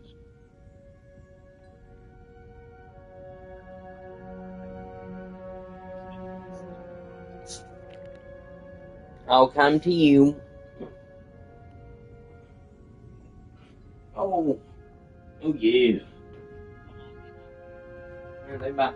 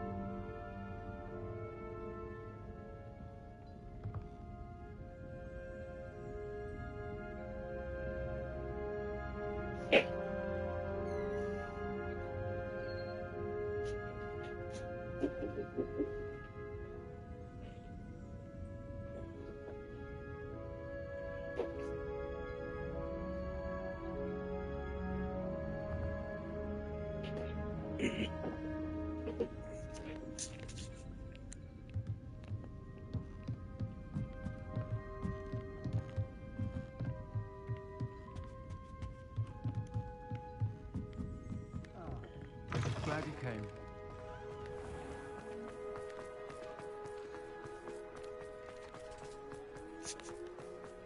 Otto Dibble works at Gladrags. I should check there. Please tell me you didn't take it. But perhaps it's been here. Mr. Dibble, may I speak with you? It's about Theophilus Harlow. I've nothing to say about him. May I interest you in a stunning cravat today? Please, sir, I'd like to help. I spoke to Mrs. Bickle. You know the Bickles? All right. But we must be discreet. Can't have Mr. Hill hearing this. I know Mr. Hill. He was kind to me the day of the troll attack. Oh, he's a good man. But even he wouldn't understand about Harlow. It started a few weeks ago. I was distracted, reading a note, when you-know-who came into the shop. I hid the note behind the counter and offered to help him. He stared at me for a moment, then asked me to check on an order he'd placed. I went into the storeroom to check on what turned out to be a non-existent order. When I returned, he was holding the note. What was in the note? It was a note from Rosie Hill, Mr. Hill's daughter. You see, we've been, secretly engaged these past 6 months. We haven't told Mr. Hill yet. I dare say he has higher hopes for her. Harlow advised me in no uncertain terms that my relationship with Rosie, not to mention my employment here, depended upon my cooperation. What does he ask you to do? It all happened so quickly. In an instant, he took a very expensive scarf from the counter, pocketed it, and smiled. He said, "Your secret is safe as long as I can supply my lady friend with delightful items like this every so often." I've been able to cover for his requests until now with some creative bookkeeping, but I can't keep it out for much longer. I'm terrified to say anything. I could never live without Rosie. Could you give me a bit more detail about the note? That might help me to identify it should I come across it. It's on Rosie's special pink stationery. It has her monogram at the top, RH. That's how Mr. Hill would know it was real. What have you been doing to keep the extortion a secret? Well, as I mentioned, creative bookkeeping. And I've also been trying to cover the costs with my own savings, but I'm running out of money. Of course, none of this bodes well for my efforts to improve my circumstances and to be worthy of Rosie. I met Mr. Hill the day of the troll attack. He was kind to me. Why don't you just tell him? He's a lovely man. But when it comes to Rosie, I fear he loses all perspective. He'd see this as a grave betrayal. I'd lose my job instantly, and Rosie as well. Thank you for telling me. I'm gathering evidence to take Harlow down. I would love nothing more than to see him rotting in Azkaban, but be careful. He's an awful man and incredibly dangerous. As for Rosie's letter, should you happen upon it, I have committed it to memory. You may destroy it immediately. Understood. Now hurry off before Mr. Hill returns. We're on the right track. Now to find the last of Mr. Bickle's friends.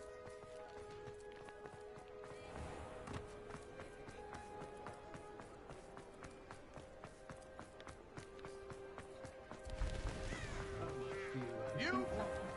I don't know that sentence.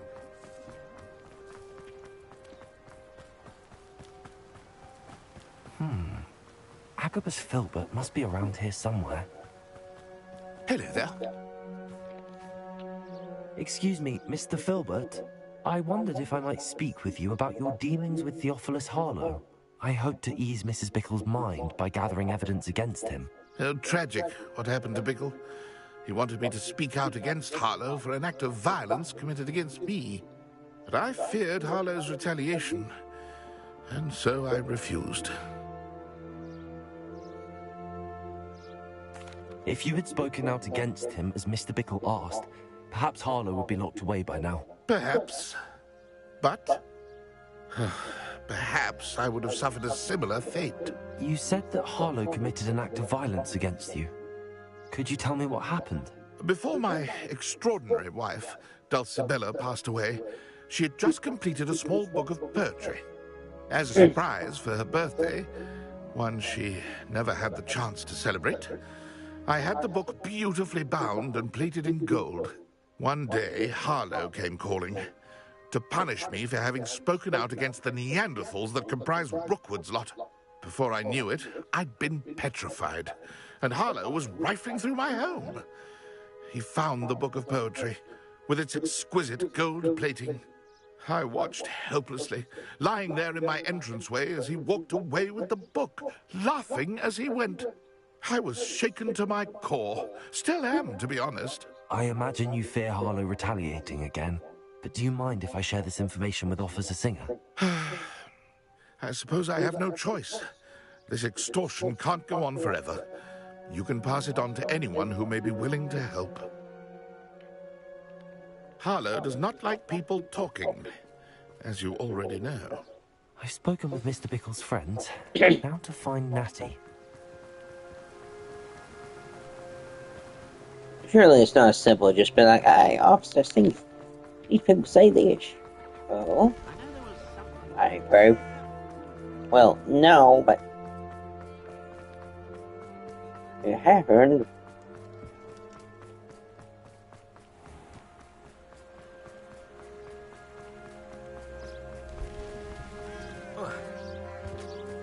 It's not like Natty to be late. She said she was going to the Hog's Head. Perhaps I'll find her there. Oh, fine.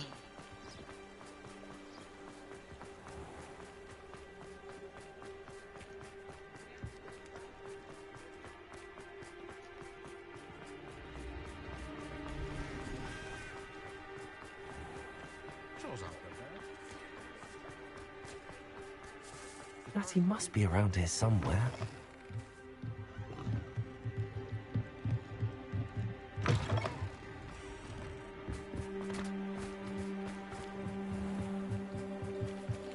Natty's wand. She can cast without it. She wanted me to find this. She's in trouble. Revelio will show me where she was taken.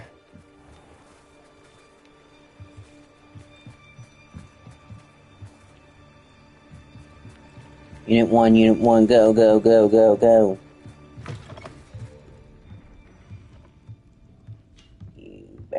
Nosy little students get what's coming to them.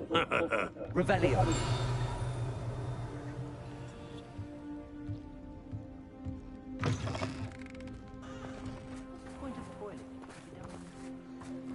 Natty must have been taken this way. I need to find...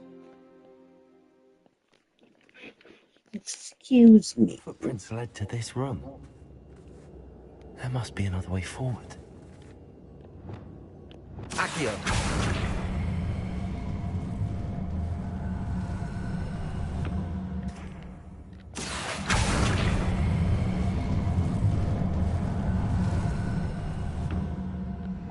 A hidden door. Natty must have been taken this way. I need to find her quickly. Money, money, money. I'd better be sure I'm not seen. Goddamn, it's already been 2 hours.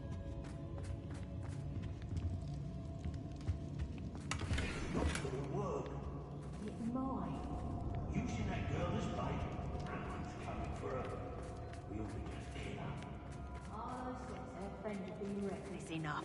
He wants them alive.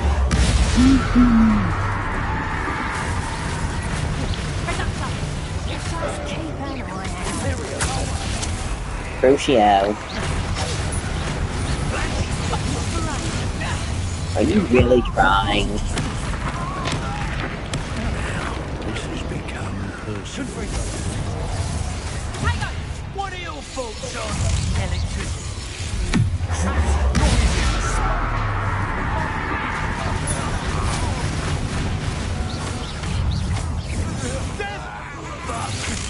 Such a jealousy. Damn. He has Grant. Oh. Ooh, lucky. You fight for me now. What? Dude.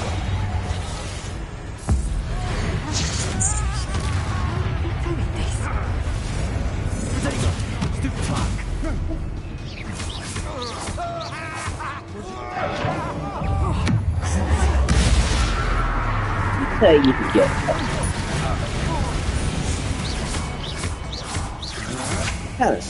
kind of cute. Alright. Let's see. Accio, Wingardium Leviosa. I know, I'm not. But, hey.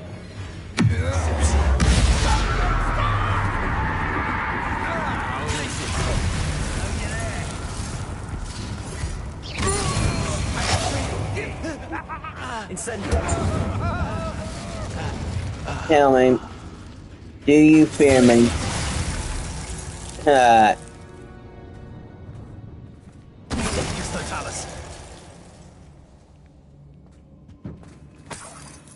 I see. Such impudent bunches. Doing one's place. Otto Tipple's love letter from Rosie. He wanted me to destroy this if I found it. This thing. Oh, more? Finally. Point blank.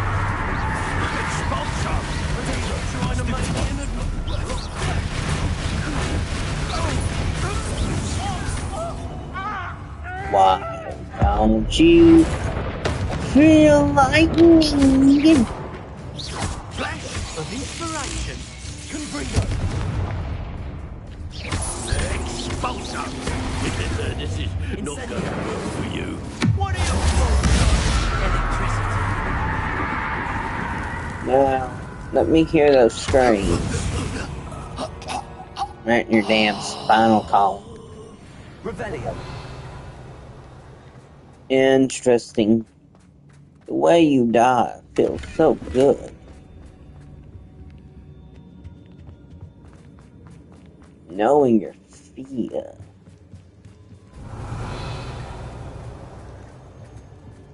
Interesting. Another piece of legendary equipment. Revelio.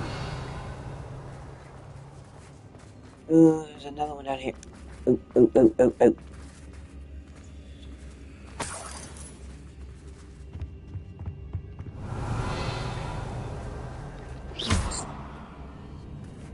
Oh, I guess an important. Wingardium Leviosa.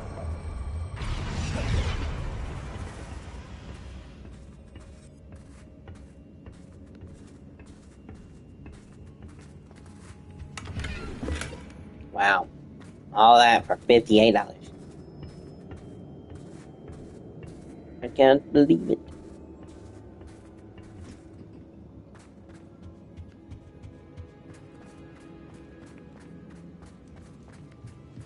Revelio.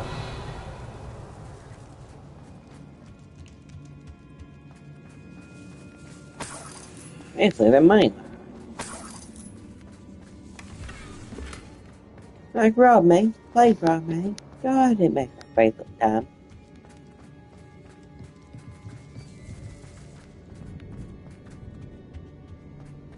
Natty must be here somewhere. Natty. I pray not.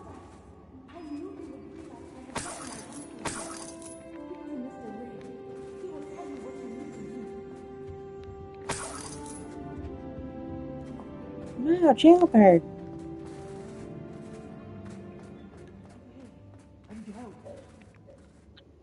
Mr. Rabe, Daisy told me you'd been abducted. You spoke with my wife. How is she? Worried about you. Are you all right? I am all right. Thank you for coming.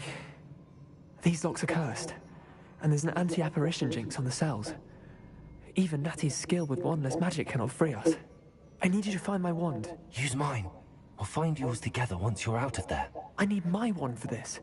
Using one with which I have no connection may not work as well or as quickly, and we cannot risk detection.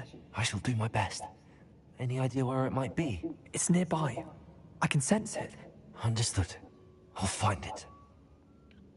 Your friend Natty was not able to summon my wand. It must be blocked by Revelio.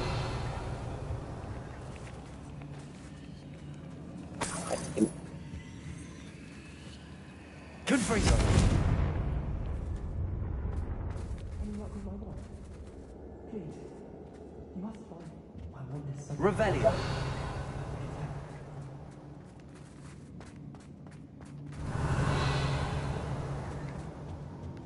There's nothing here.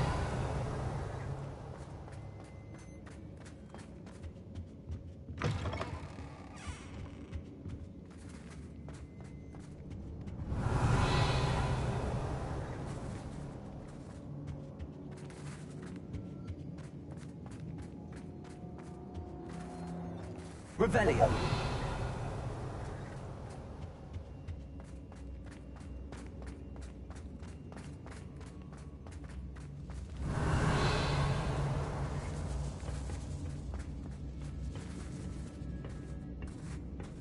No, I've already went that way.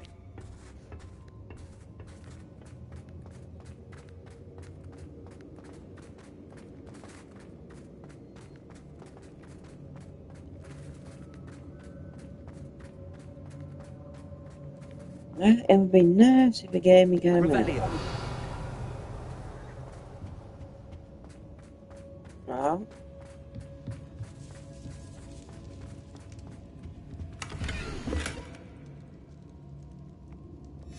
The book of poems that was taken from Agabus Filbert. He'll be thrilled to have this back. Alright, I've got the book.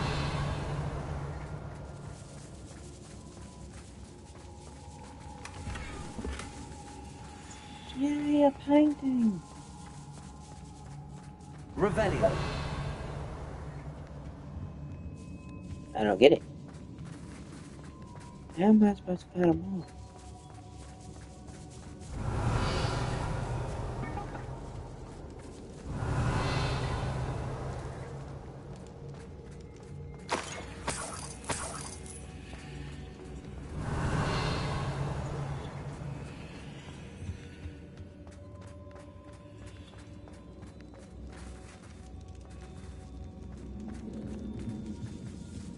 Revelio.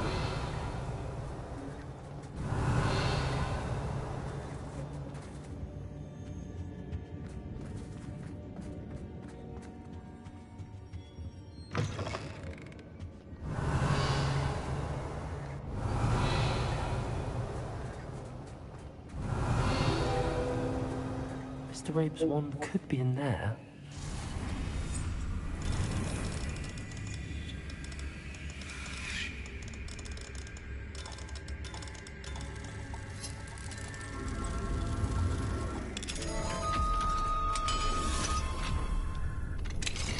Mr. Rabe's wand. He'll be glad to have this back. Mr. Rabe, I found your wand. Well done. I knew it was nearby. Now, you best stand back. One never knows how a curse will react to being broken.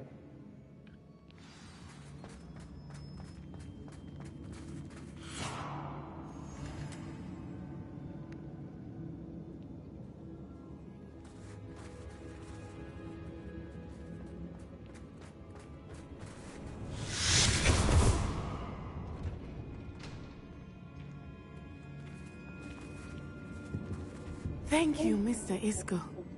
My pleasure. And thank you, my friend. We owe our lives to your bravery. I may be too weak to disapparate with you both, but I can try. You go ahead. Find Officer Singer. We will get out of here on our own. Very well. But be careful. Thank you, my young friends. Be prepared for a fight. These Ashwinders must pay.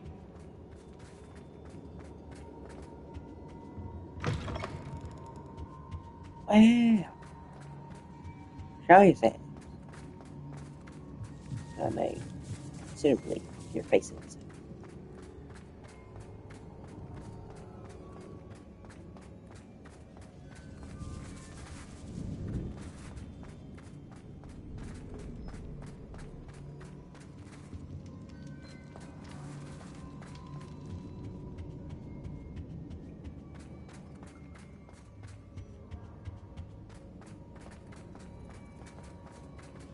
Let's find Officer Singer and put an end to Harlow once and for all.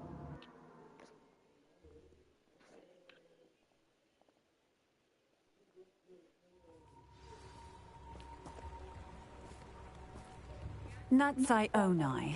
I should have known. And you, the troll dispatcher. Oh, thank goodness the two of you are safe. Isco Rabe told me a couple of students had rescued him. Should have known it was you two. Is Mr. Rabe all right? He is. I sent him home to his wife. Miss Onai, your mother will not be pleased to learn that you're still risking your safety pursuing these dangerous men. Actually, Officer Singer, Natty and I learned of several Hogsmeade residents who've had their lives threatened by the Ashbinders. In addition to abducting Mr. Rabe, to blackmail his wife and Natty, Rookwood and Harlow have also extorted Agabus Filbert and Otto Dibble. I will look into all of that. As for the two of you, I appreciate what you're trying to do, but you are taking great risk. Next time, please let the authorities handle the Ashwinders. Yes, officer. Do you have enough evidence to take down Harlow and the rest of Rookwood's lot? Well, it's certainly a good start. We shall What the fuck see. do you need? A But you can written leave fucking this to me confession? now. Natsai, you may wish to speak with your mother about this before I do. My mother will not like this. Thank you again for rescuing me. We shall speak soon. That irritates the piss out of me. Oh, you're going. I get the condemning. Dude. What I don't get is the blatant, and I mean blatant, disrespect. Like, let the. Then that nigga be in jail. What do you need? I'd hate to be part of the Wizarding world. I really would. The amount of evidence on that now. The Ashwinders have ceased pestering me. I suspect that's your doing. Thank you from me and Rosie both. We're just leaving for our honeymoon, after we tell Mr. Hill of our recent marriage. Wish me luck.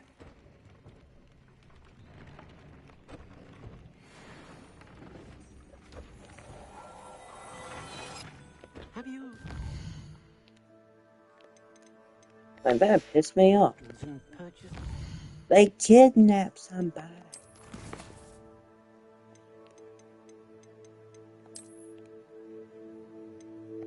They legitimately kidnapped somebody.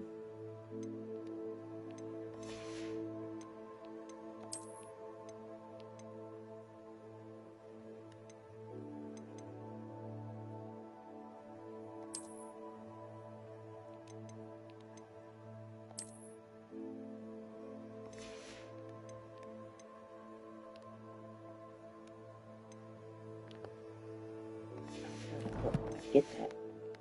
For the breeding pen. I don't. Children. I can see how kids going around the boot trying to catch back. It's about random. Yeah, credit where credit's fucking due. But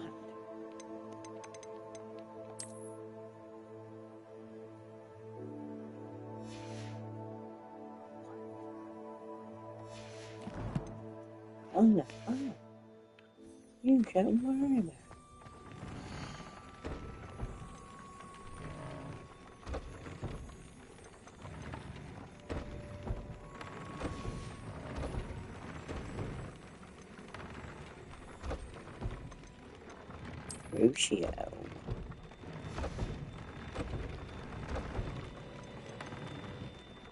Crucio. Crucio. Hold on.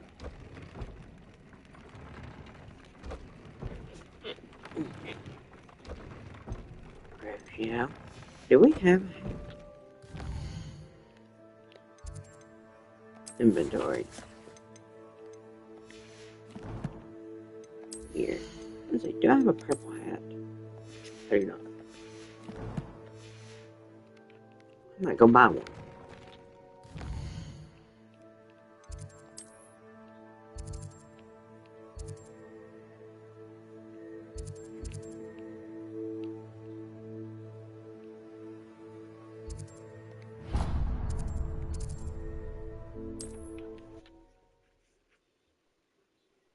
That irritates the piss out of me. Is it enough that 2 people can leave? But this one, that they did it.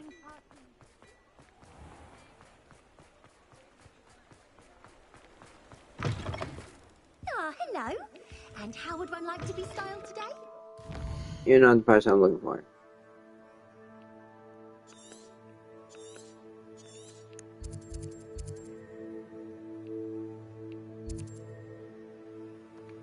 That one.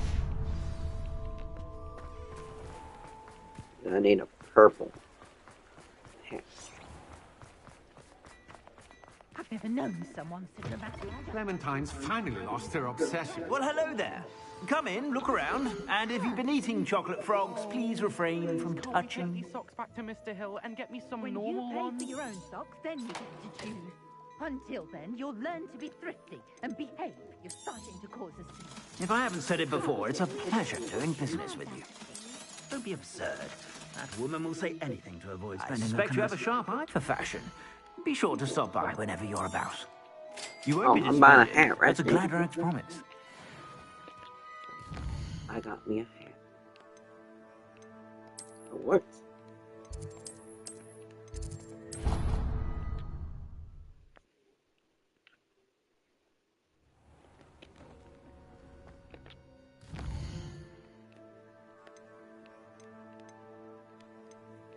Here.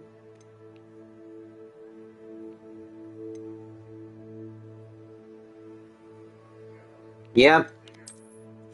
And I'm coming. Thank you for that.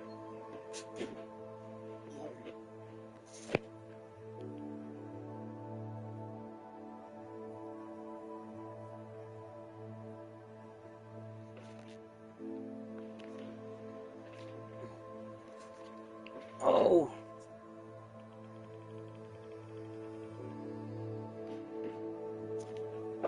Oh, Marley.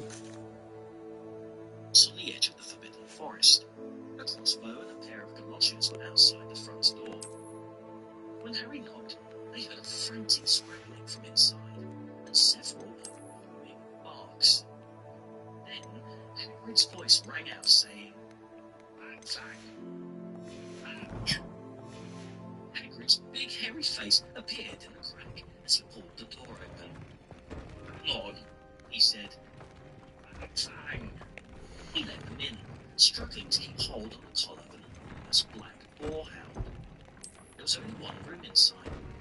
Hens and pheasants were hanging from the ceiling. A copper kettle was boiling on the open fire, and in a corner stood a massive bed with a patchwork quilt over it. "Make yourselves at home," said Hagrid, letting go of Fang, who bounded straight at Ron and started licking his ears. Like Hagrid, Fang was clearly not as fierce as he looked.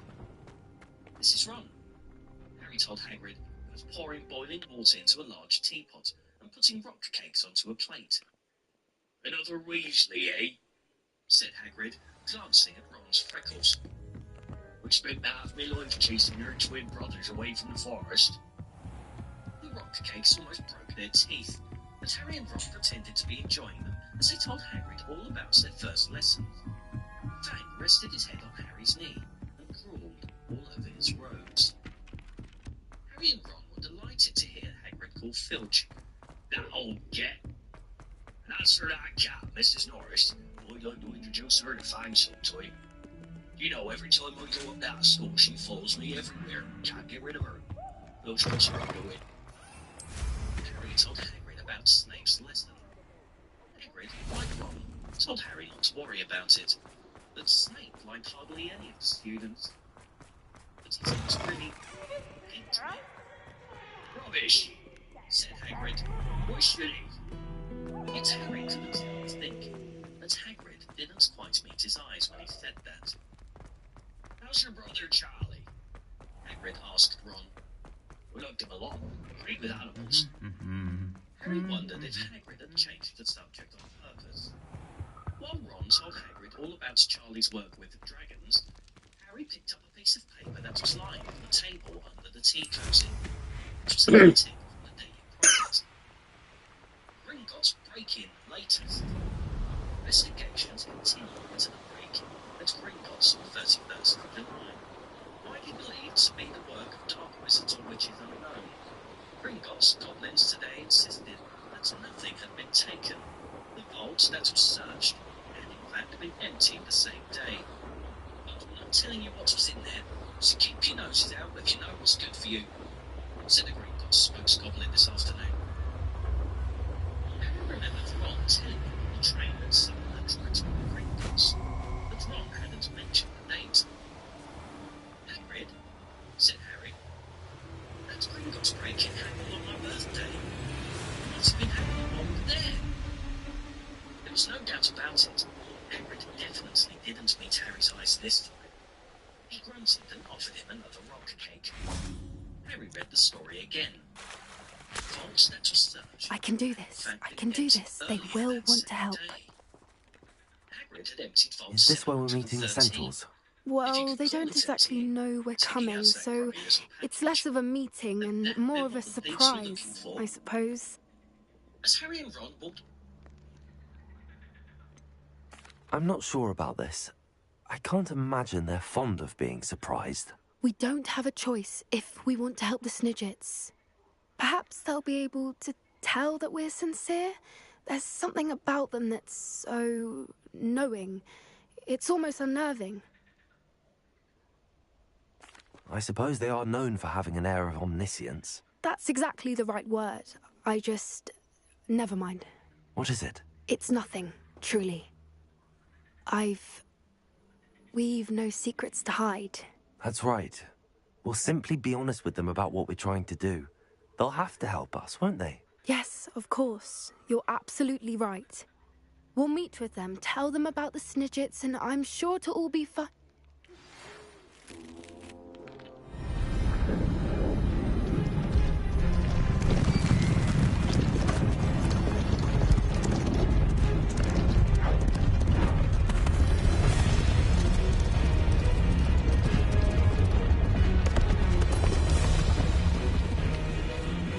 What do you think you're doing here, humans? Please! We were hoping to speak with you. Ah! I suppose you'd like a tale for your friends of the time you spoke to a centaur, and it spoke back. No! Never! We're here because we need your help. Enough! You made a grave error in judgment in coming here, little witch.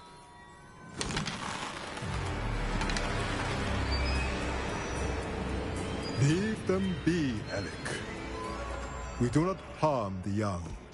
It is not our way. You forget your place, old fool. I'm the leader of this herd, and while you cling to our way, their kind continues to slaughter beasts like us without a care!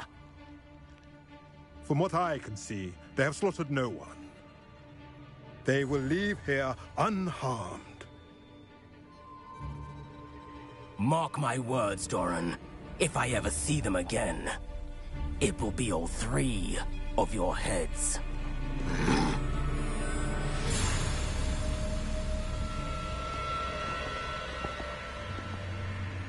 Foolish children. Do you know what happens to wizards who wander here? Now, follow me before Golden Snidgets are still alive, and the poachers are after them. They know that the key to finding them lies in the moonlight, but they don't know what that means, yet. Please, help us find the Snidgets before the poachers do. Could it be?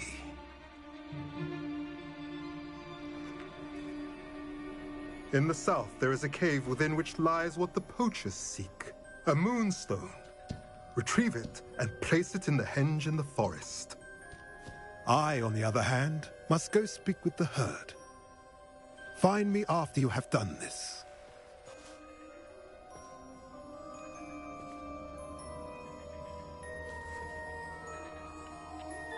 I don't understand.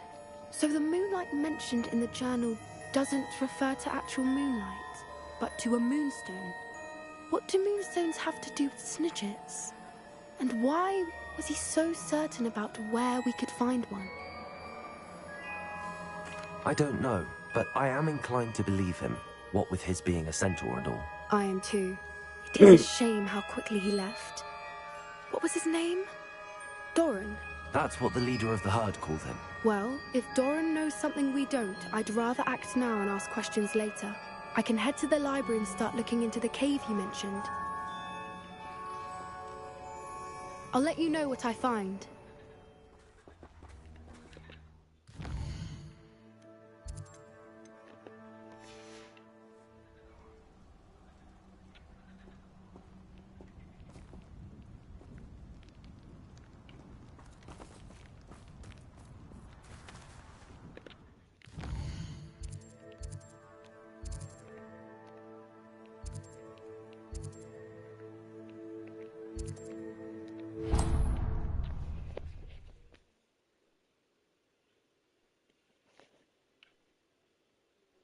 There's no telling what lies in wait for me in there.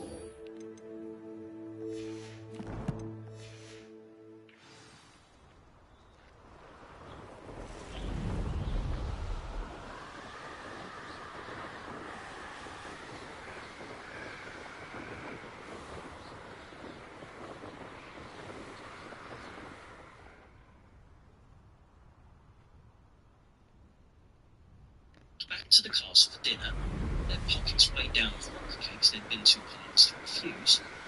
Harry thought that none of the lessons he had so far, given him as much to think about as his tea with Hagrid. And Hagrid collected that package just in time. He was now. And did Hagrid know something about sleep that he didn't want to tell Harry? Chapter 9. The Midnight Duel. Harry had never believed he would meet a boy he hated more than Dudley, but that was before he met Draco Malfoy. Still, first-year Gryffindors only had potions with the Slytherins, so they didn't have to put up with Malfoy much. Or at least, they didn't, until they spotted the notice pinned in the Gryffindor common room, which made them all groan. Flying lessons would be starting on Thursday, and Gryffindor and Slytherin would be learning together. Typical, said Harry darkly. I have been meaning to Just speak what with I've you. always wanted, to make a fool of myself on a broomstick in front of Malfoy. I still can't believe we escaped the Ashwinders. You may not realize it, but you are the talk of the school since you saved me that day. I wonder how everyone knows about it. I told my mother in the hope that she would be more forgiving of what I have been up to if it came from me. She likely told other professors, and news travels quickly. Unfortunately, she might, in fact, have been even less forgiving than I'd hoped. I don't blame her for being concerned. We have been involved in some dangerous activities. As the Ashwinders were locking me up and threatening my life, it did occur to me that my mother may have been right. Has Officer Singer done anything with the evidence we provided? She has not. Harlow is as strong as ever. Someone needs to stop him, whether it is us or Officer Singer. If someone had stopped the monsters like him in Matabeleland, my father would be alive today. What exactly happened to your father? It was a beautiful day. My mother had gone to tend to a neighbor who was ill, and so my father and I were galloping in the savannah. Galloping? Your father was also an animagus, I take it? He could become the most majestic giraffe, and he would carry me on his back, my arms around his neck.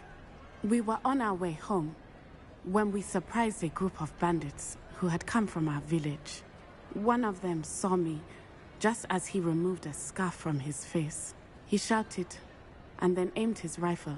He didn't want you to identify him. Exactly.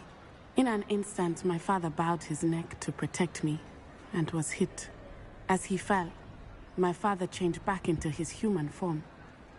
When the bandits saw this, they turned and ran in fear. Magic terrified them, and then he was gone. And it was all my fault. Your fault? How so? He died protecting me. If I had been capable of protecting myself, he would still be alive today.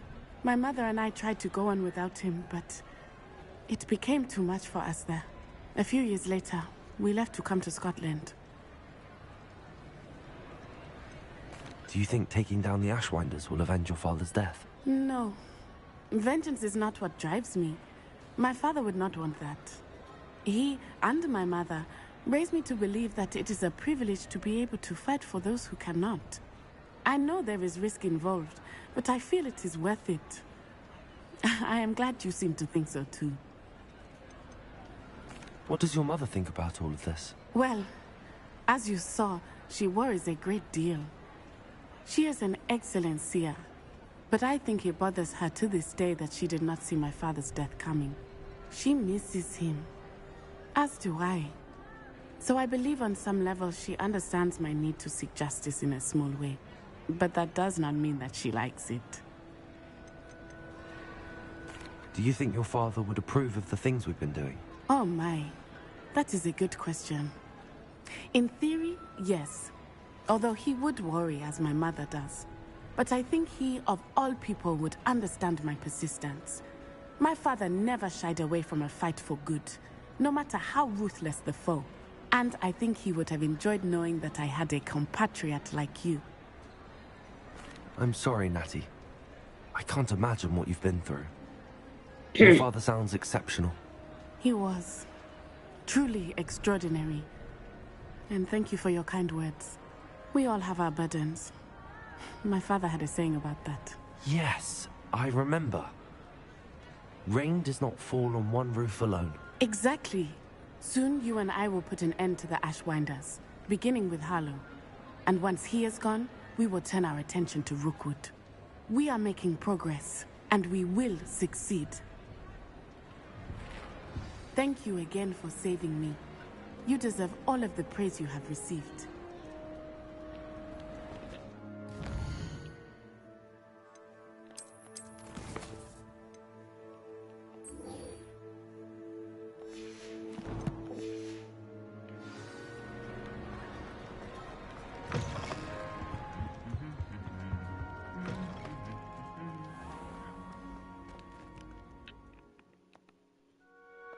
Jesus, this is gonna be a long one.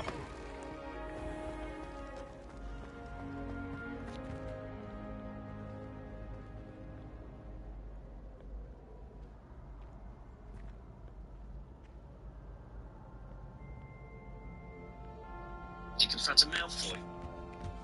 He had been looking forward to learning to fly more than anything else. You don't know you make a fool of yourself, said Ron reasonably. Watch them fly! I know Malfoy's always going on about how good he is at Quidditch, but I bet that's all talk. Malfoy certainly did talk about flying a lot. He complained loudly about first years never getting in the house Quidditch and told long boastful stories which always seemed to end with him narrowly escaping muggles in helicopters. He wasn't the only one though. The way Seamus Finnegan told it, he'd spent most of his childhood zooming around the countryside on his broomstick. Even Ron would tell anyone who'd listen about the time he'd almost hit a hang glider on Charlie's old broom. Everyone from Whistling families talked about Quidditch constantly. Ron had already had a big argument with Dean Thomas, who shared their dormitory, about football. Ron couldn't see what was exciting about a game with only one ball when no one was allowed to fly. Harry had called Ron on Dean's poster of West Ham's football team, trying to make the players move. Neville had never been on a broomstick in his life, because his grandmother had never let him near one. Watch out, it's the troll slayer. Harry felt she had good reason, because Neville managed to have an extraordinary number of accidents. What do you want? Even with both feet on the ground. Hermione Granger was almost as nervous about flying as Neville was. This was something you couldn't learn by heart out of a book. Not that she hadn't tried. At breakfast on Thursday, she bored them all stupid with flying tips she'd got out of a library book called Quidditch Through the Ages. Neville was hanging on her every word, desperate for anything that might help him hang on to his broomstick later. but everyone else was very pleased, and Hermione's lecture was interrupted by the arrival of the post.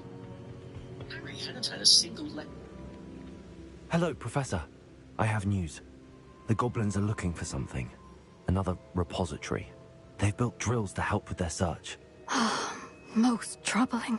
Are these repositories like the broken container I found at Rookwood Castle? They are. I fear we have no time to lose. Have a look at the map. Fortunately, the next trial is fairly nearby. It's Hogwarts. As you know, I was headmistress in my time. My portrait hangs in the headmaster's office. In fact, I witnessed Professor Black learn of your arrival. And I'll confess that I wondered about you. Wait, is the next trial in the headmaster's office? It is. I had hoped that when the time came, the occupant of that office would be of help to us. Unfortunately, this headmaster seems wildly unconcerned with anything but himself. You'll need to access the office while he's away. I understand. Very well. I'll find some way to get in. Good. I shall meet you in my portrait there. Until then.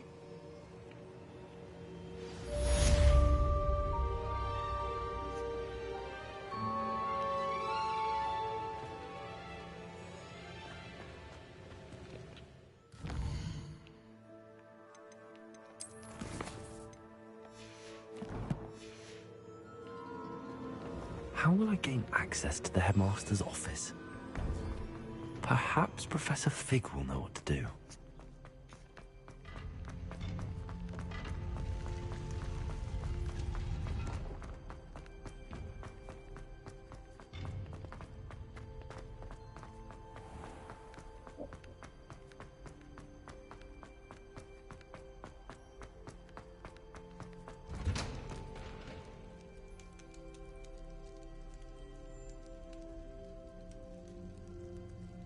Post. Harry hadn't had a single letter since Hagrid's note. Something that Malfoy had been quick to notice, of course. Malfoy's eagle owl was always bringing in packages of sweets from home, which he opened gloatingly at the Slytherin table. A barn owl brought to Neville a small package from his grandmother. He opened it excitedly and showed them a glass ball the size of a large marble, which seemed to be full of white smoke. "It's a Remembrall," he explained. "Brad knows I forget things. This tells you if there's something you've forgotten to do. Look, you hold it tight like this, and if it turns red, oh." His face fell, because the Remembrall had suddenly glowed scarlet. You'd forgotten something. Neville was trying to remember what he'd forgotten, when Draco Malfoy, who was passing the Gryffindor table, snatched the Remembrall out of his hand. Harry and Ron jumped to their feet. They were half hoping for a reason to fight Malfoy, but Professor McGonagall, who could spot trouble quicker than any teacher in the school, was there in a flash. "What's going on?" "Malfoy's got my Remembrall, Professor." Scowling, Malfoy quickly dropped the Remembrall back onto the table. "Just looking," he said, and he sloped away with Crabbe and Goyle behind him.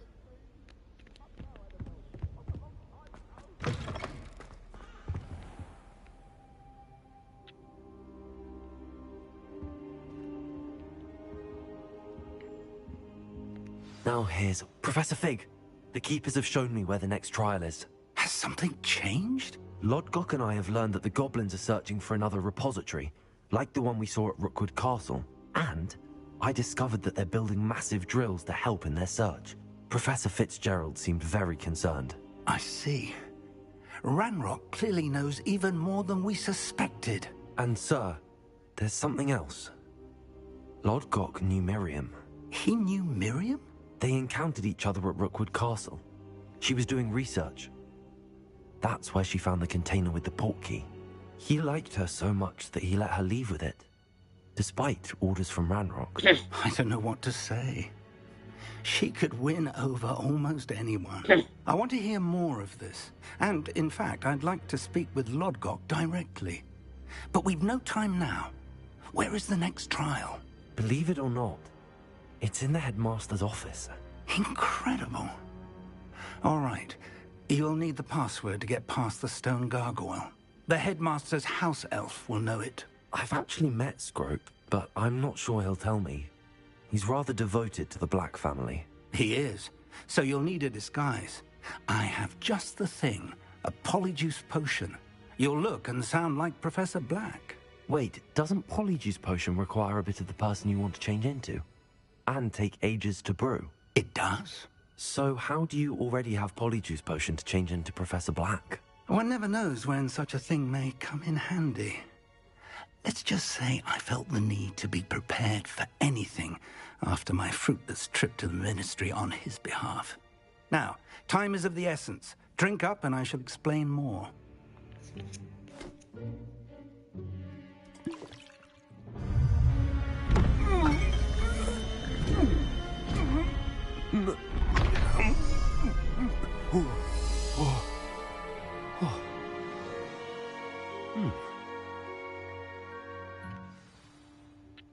How do you feel? Incredible. I won't forget that taste anytime soon. How do I sound? Convincing. I've taken the liberty of transfiguring your robes. As we discussed, you'll need the password from Scrope, who could be anywhere in the castle. You might look for Professor Kagawa. She's taken to badgering the poor elf about Quidditch in the hopes that he can convince Black to change his mind. Thus far, unsuccessfully. I see. But what if Professor Black sees me? Leave him to me. I shall tell him where to meet a liaison from the Ministry in Hogsmeade. That should give you plenty of time. Thank you, Professor. I suppose we'll meet again in the map chamber. It's rather strange to hear gratitude coming from Professor Black. I'll see you there. Now to find the headmaster's house elf.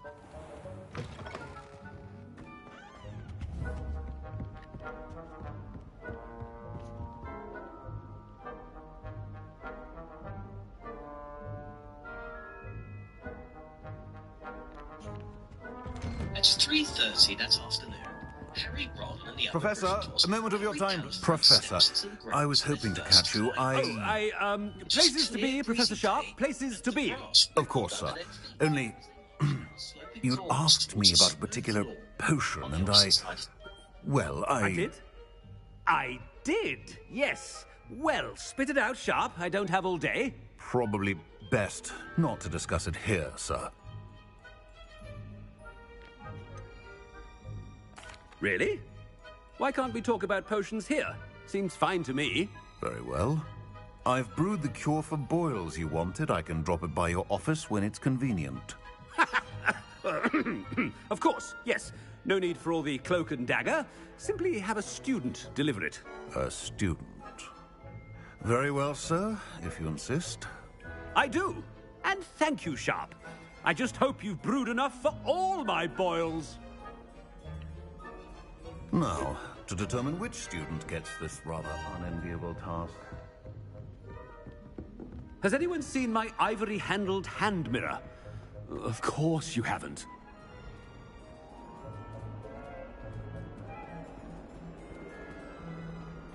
The grass rippled under their feet. If you must speak with me, consult my secretaries or what have you. What could the headmaster want? Forest. These trees and swaying darkly. Slytherins were already there. So chewing with your mouth open? Where are your manners? Professor Black. Fred and George Weasley. How are you, sir? Mr. Gaunt, where do you think you're going? I beg your pardon, sir. I'm simply on my way outside. Taking the day off, eh? Typical student, wasting the hours away. I have to write 20 inches on Dittany and its uses. Was heading to the greenhouse. Ah, yes. Mixed with bubo tuber pus makes a fine mustache paste. Yes, mustache paste. I find. Are you feeling all right, sir? You don't seem yourself. I assure you I am quite healthy, Gaunt. If I need a medical diagnosis, I shall head to St. Mungo's. When something is very wrong. Professor, a word? Professor Black? Again, it is not too late to reconsider your decision regarding Quidditch. We could still have trials and a somewhat shortened season.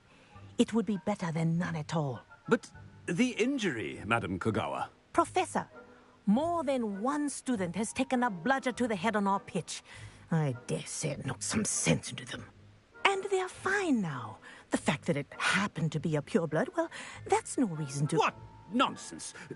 That you would trivialize the health of a student over a silly game. A silly game? You are quite impossible sometimes. Sir, I've a good mind to write to the Department of Magical Games and Sports at the Ministry about you. Good idea. I can even provide the parchment should you need it. Now, where is my elf? Parchment? Very well, I will, and with pleasure. And I spotted Scrope in the Great Hall. Seems to be avoiding me. I wonder why.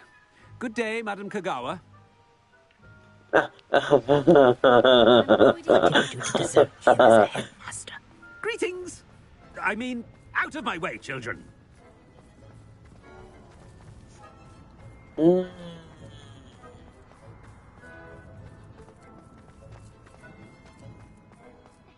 I hope it's not about anything I've been doing. Miss Broom, a word. Oh, Professor, this is an interesting surprise. It's Bloom, by the way. Remind me of your area of affinity, Broom. OWLs are swift approaching. Charms, sir. Non-verbal spells.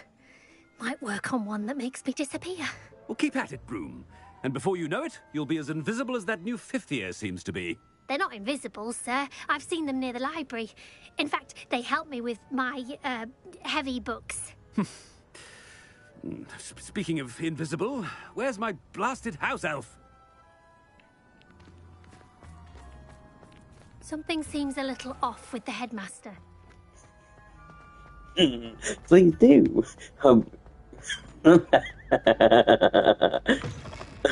Stand proud, purebloods. The future is yours. Professor, I need to speak to you. Hello, Professor Black. Ah, Professor Weasley. How delightful to see you. Sir? Since I have you here, I wonder if I might, speak with you about Professor Fig. Oh, very well. I've decided to give him a bit more, leeway with his time. Leeway, Professor? Are you sure that's wise? I confess I do worry for his students. He's rarely here as it is.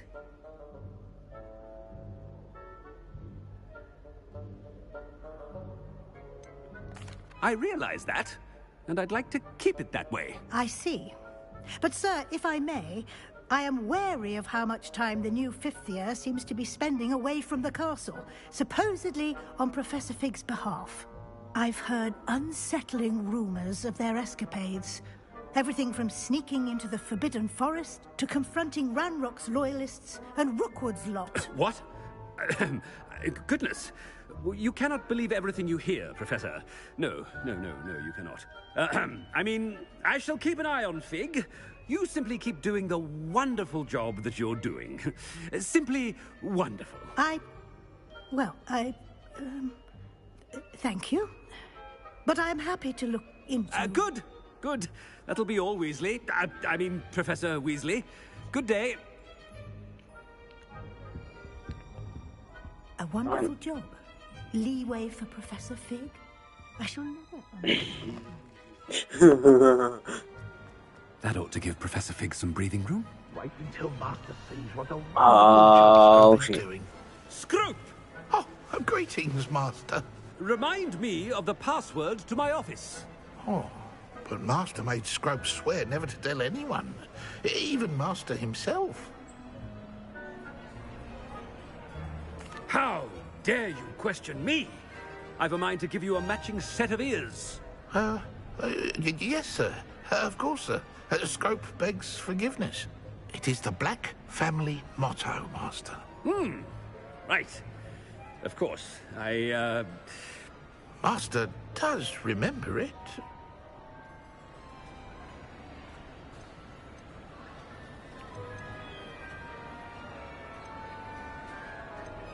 But certainly I remember. It's still stronger together, no? Master has made Scrope laugh. Of course I remember. It's the Black family reigns. Is Master giving Scrope a test? It's pure bloods forever, isn't it? Close, Master. Scrope thinks Master is indeed testing Scrope. It is always pure. Obviously. And, of course, as Master knows, in French. Ah! Yes, of course. I order you to pronounce it for me. Oh, Master knows that Scrope's French is most pitiful. Oh, very well. Toujours pure. There is another matter, Scrope. I confiscated this filthy diary from a student. It smells of squid and seawater. Oh, Apollonia's diary. That is quite a surprise, Master. What do you wish Scrope to do with this treasure? Rubbish. Whatever you wish, Scrope. It's your treasure. Now, off with you. The polyjuice potion's wearing off. I best get out of sight.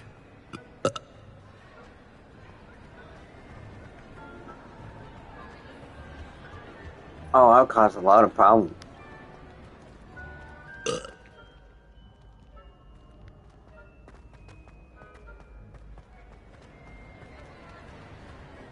Made it just in time. It's wearing off. Fig was right. I can't believe it worked. Now to speak the password to the gargoyle.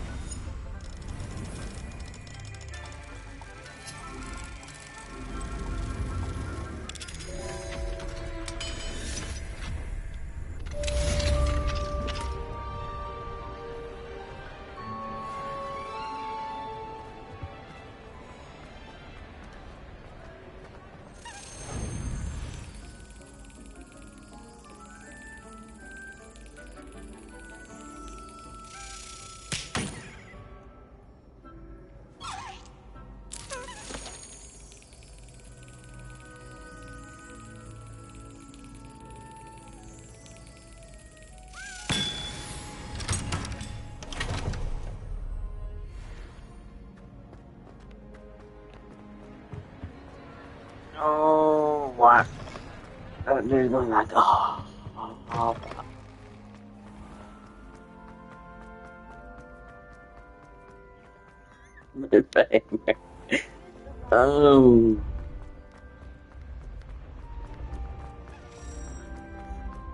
How cute. About the mystery. Good. Oh, I can give you the pleasure. And yellow eyes like a hawk. Well, what are you all waiting for? She barked. Everyone stand by a broomstick. Come on, hurry up. Harry glanced down at the broom. It was old, and some of the twigs stuck out of odd angles. Stick out your right hand over your broom, called Madam Hooch at the front, and say up. Everyone shouted. Harry's broom jumped into his hand at once, but it was one of the few that did. Hermione Granger's had simply rolled over on the ground, and Neville's hadn't moved at all. Perhaps brooms, like horses, could tell when you were afraid, thought Harry. There was a quaver in Neville's voice that said only too clearly that he wanted to keep his feet on the ground. Madam Hooch then showed them how to mount their brooms without sliding off the end, and walked up and down the rows correcting their grips. Harry and Ron were delighted when she told Malfoy he'd been doing it wrong for years. Now, when I blow my whistle, you kick off from the ground hard, said Madam Hooch. Keep your broom steady, rise a few feet, The gargoyle. and then come straight back That's down. why I need to speak the password. Toujours pure. After this, I'll go to bed. Hold on. Revelio.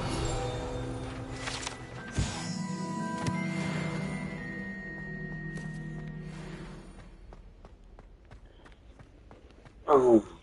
I wonder if all the elite wizarding families have a motto.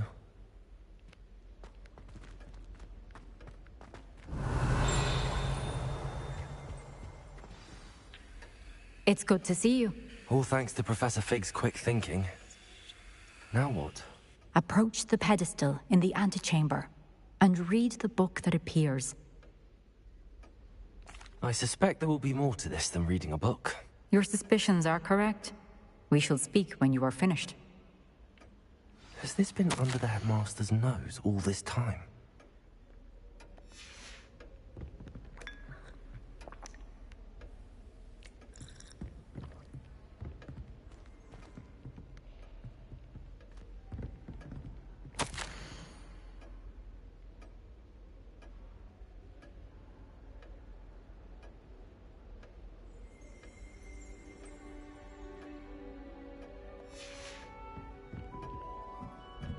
That must be the pedestal.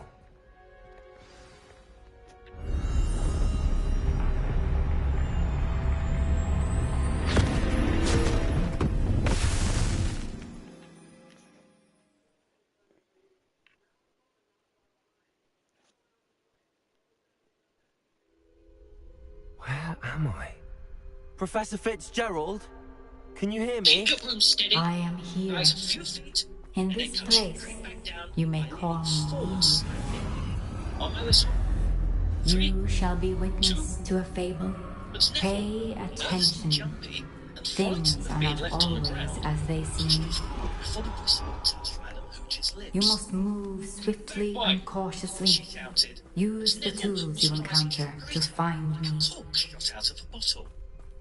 The first you will need is a cloak. Harry saw his scared wife's face look down at the ground falling away. Saw him gasp, slip sideways off the broom, and... the spawn of ill. In this place, as in life, death takes many forms. Avoid each of them at all costs. His broomstick still flies his fire.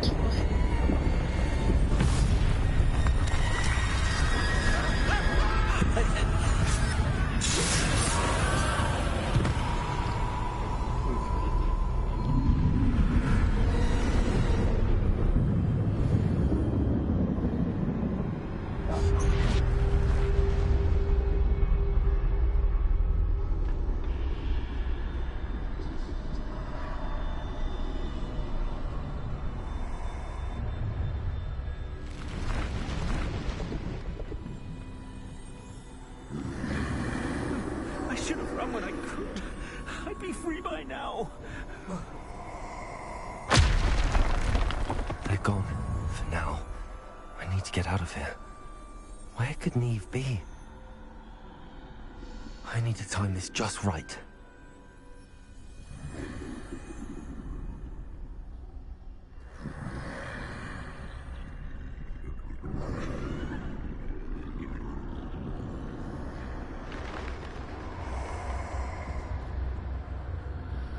I see.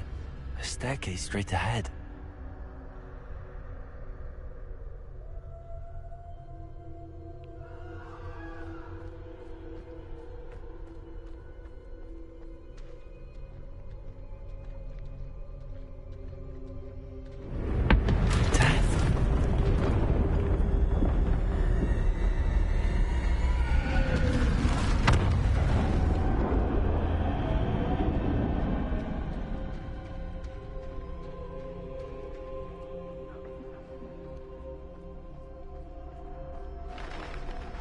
Ladder.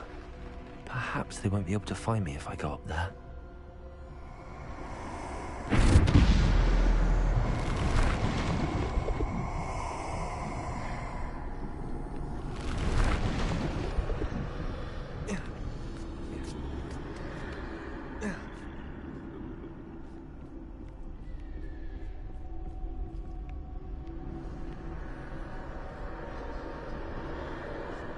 Best move while I can.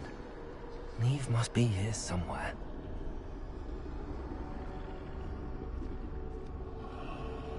Too many.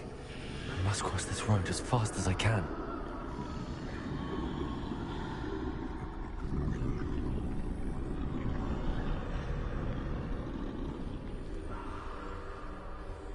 That's where I need to go, but I need to find a way past them.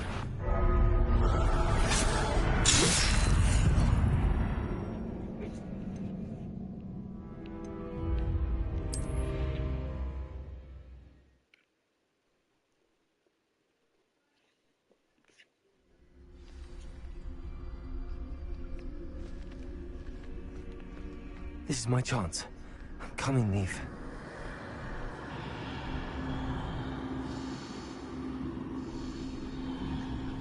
Too many. I must cross this road as fast as I can.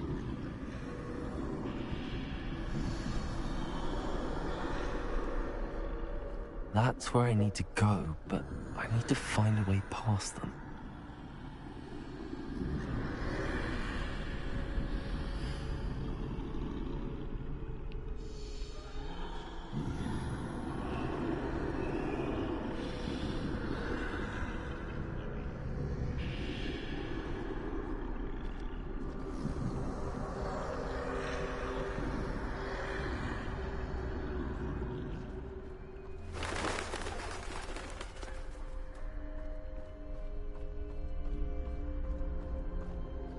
Nothing this way, but more danger. There must be another way to find you.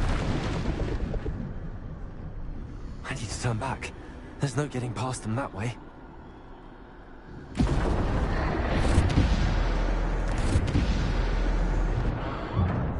Closed tight. No way but forward, I suppose.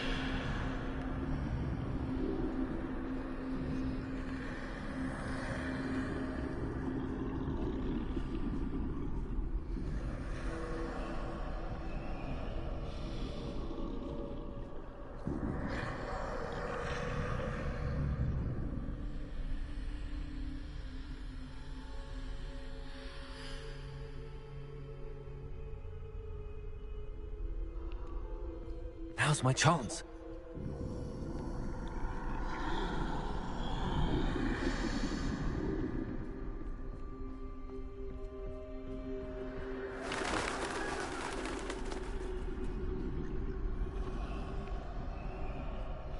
That's the way forward.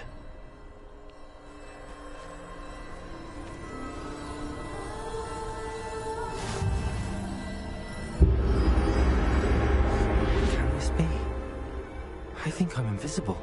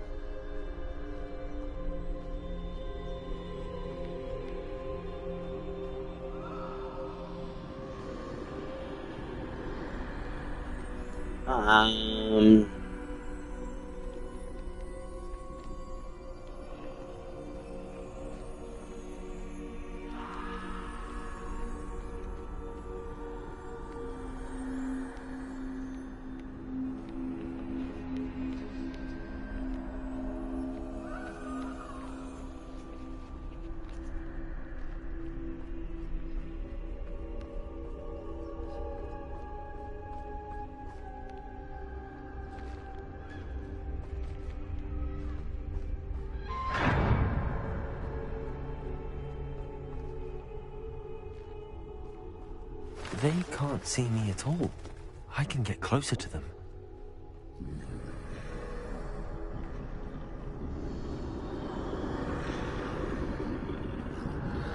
This is the way forward. Finally free. Now where are you, Neve?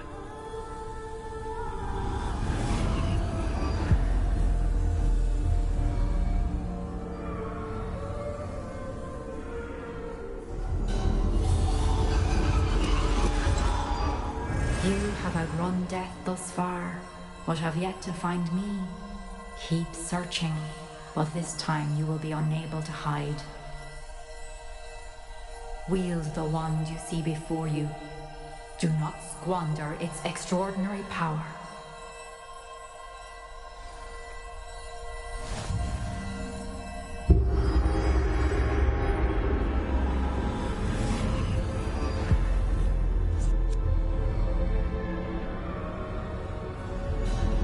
I've never felt such power.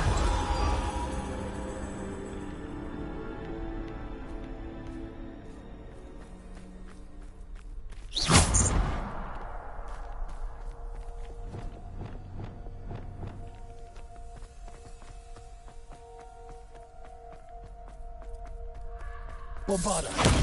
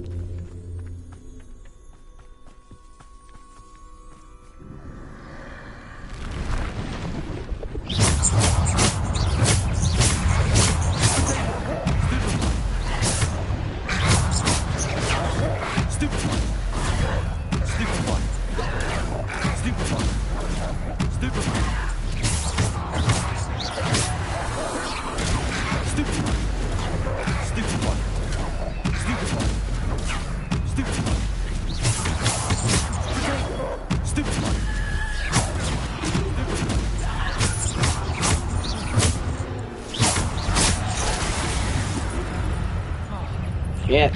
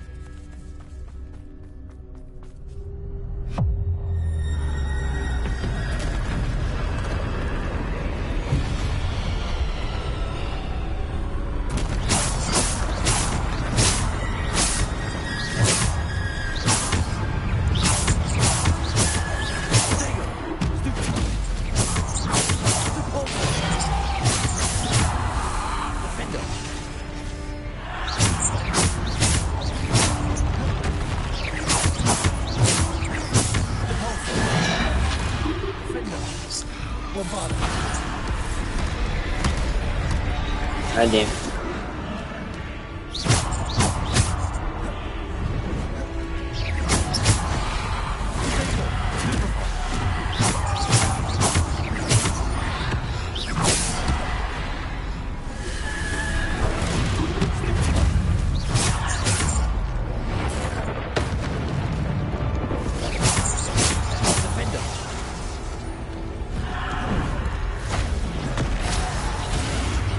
Oh, God damn it.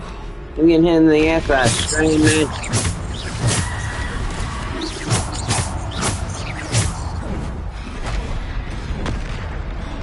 That was bullshit. God damn it.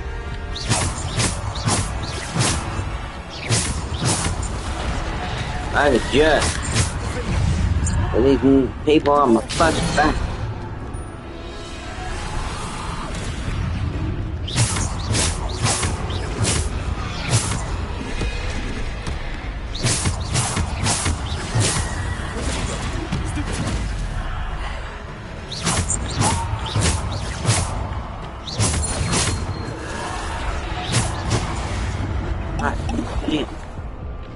Get back.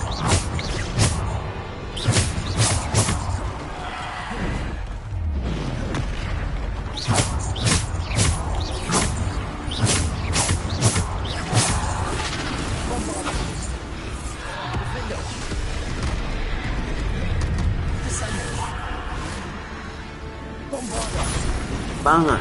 If you all want to fucking die so goddamn bad, I'll happily kill every single fucking one of you.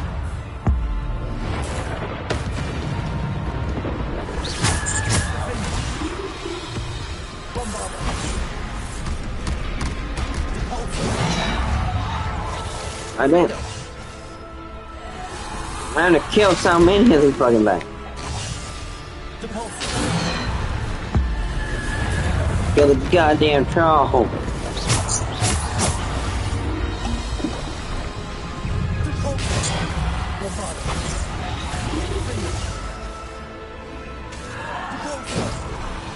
Oh my god, there's another one? The fuck? Oh, you have got to be fucking kidding me. Defender. Descender. Oh, all I gotta do is survive 30 minutes. 11 minutes. Yeah.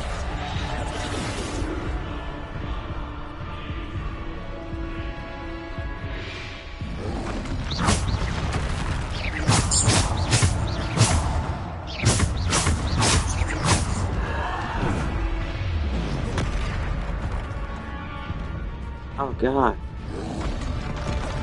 I gotta think if I kill it, it's all be left. Defender. Descender. Defender. Bombarder.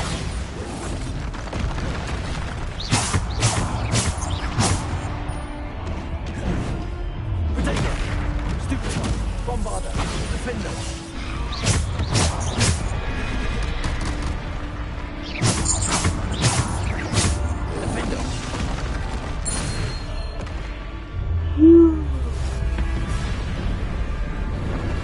Oh no. Oh no.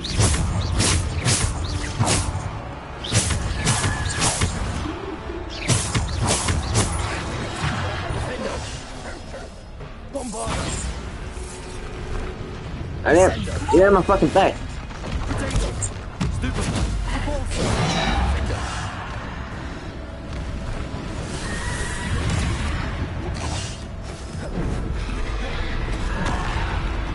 Damn.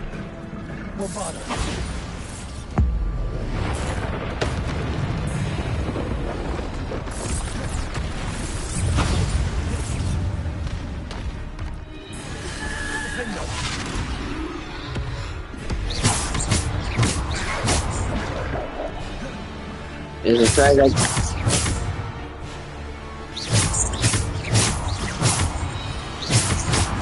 Defender. bullshit? This is bullshit.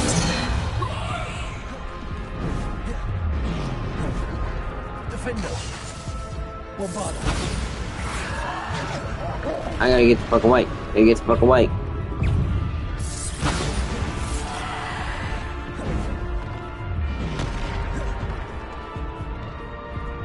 Defender. That's bullshit.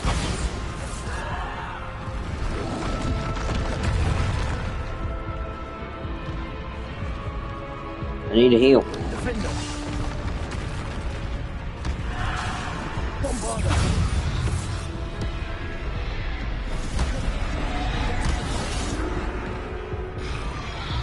I'm one hit away from death. Defender. How many of these fuckers do I have to kill?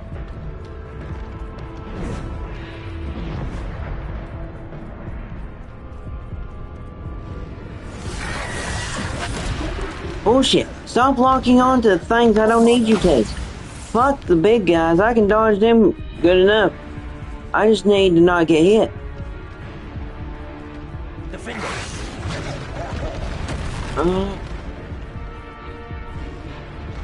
Bombarda. Killed it. Oh damn. I need some goddamn potion. Defender.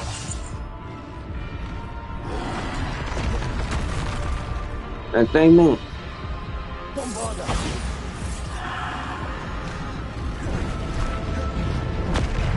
Ow. Up in there.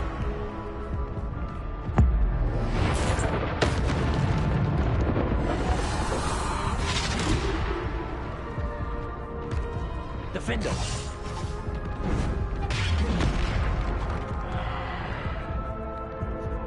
God damn.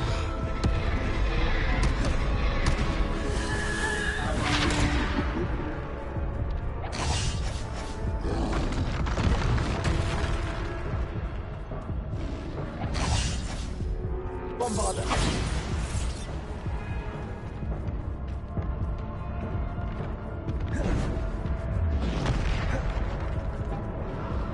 Defender. Please let this be the only one. Depulsor. Bombarda. Defender. Oh god damn. Keep going that way. Bombarda.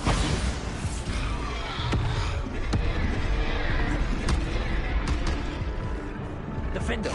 Bombarda. Oh my way.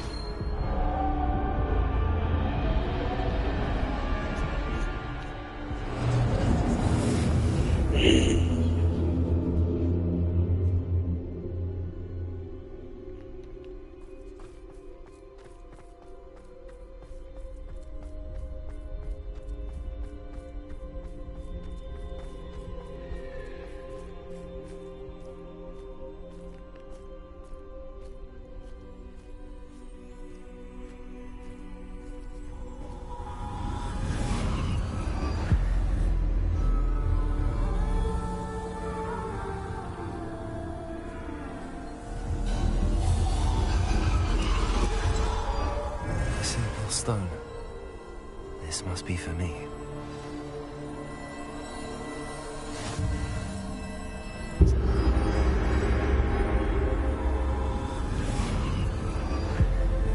What does this have to do with the philosophers?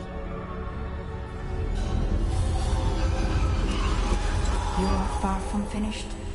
Pass through the mourners ahead. Nothing is what it seems. She's gone. Oh, poor Neve. Gone so young. Neve. May her memory be a treasure to us forever.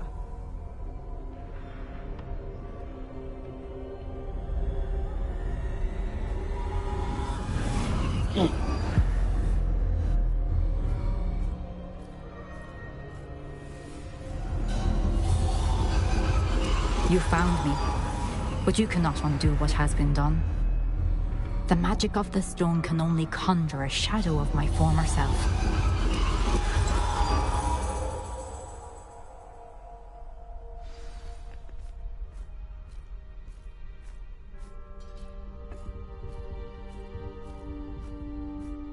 But there is no light without shadow, as there is no shadow without light.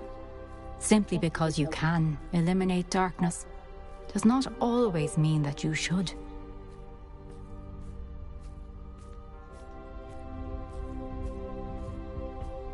Remember that as you witness my memory.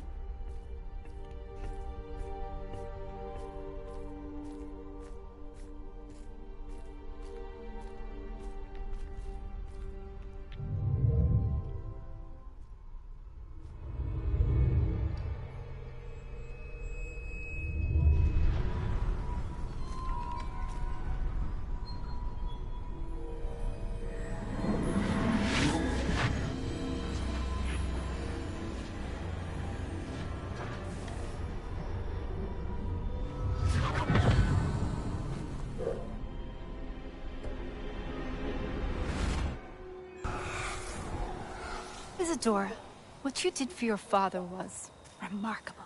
Wasn't it? And Percival needn't worry about the strands of emotion or the traces that this magic leaves. I found a way to contain all of it. You haven't stopped. Goblin Silver. You spoke to a goblin about this. Don't worry, he has no idea what we're containing. We don't know what effect any of this may have. The emotions, the dark traits. You sound like Percival. And as it happens, I do know. It is a source of strength, of focus. Somehow it enhances my ability to wield magic. I don't follow, Isadora. I think we can harness it. Power like this is not to be toyed with. In the wrong hands, You saw what I did for my father. Oh, Neve, imagine the good we could do. Everyone is in some kind of pain.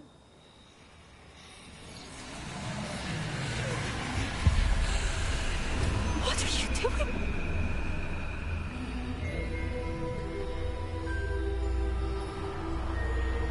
Breathe it in.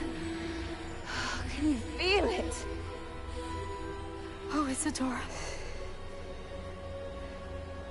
This must stop. All of it. You've kept this power to yourselves for so long because you fear it. I choose to embrace it.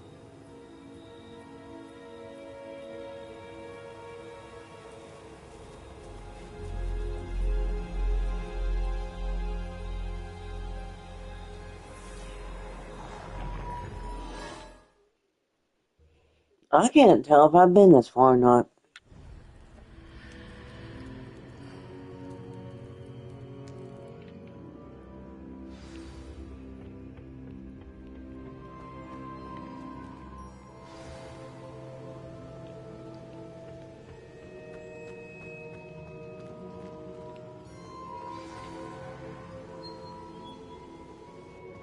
Is it true?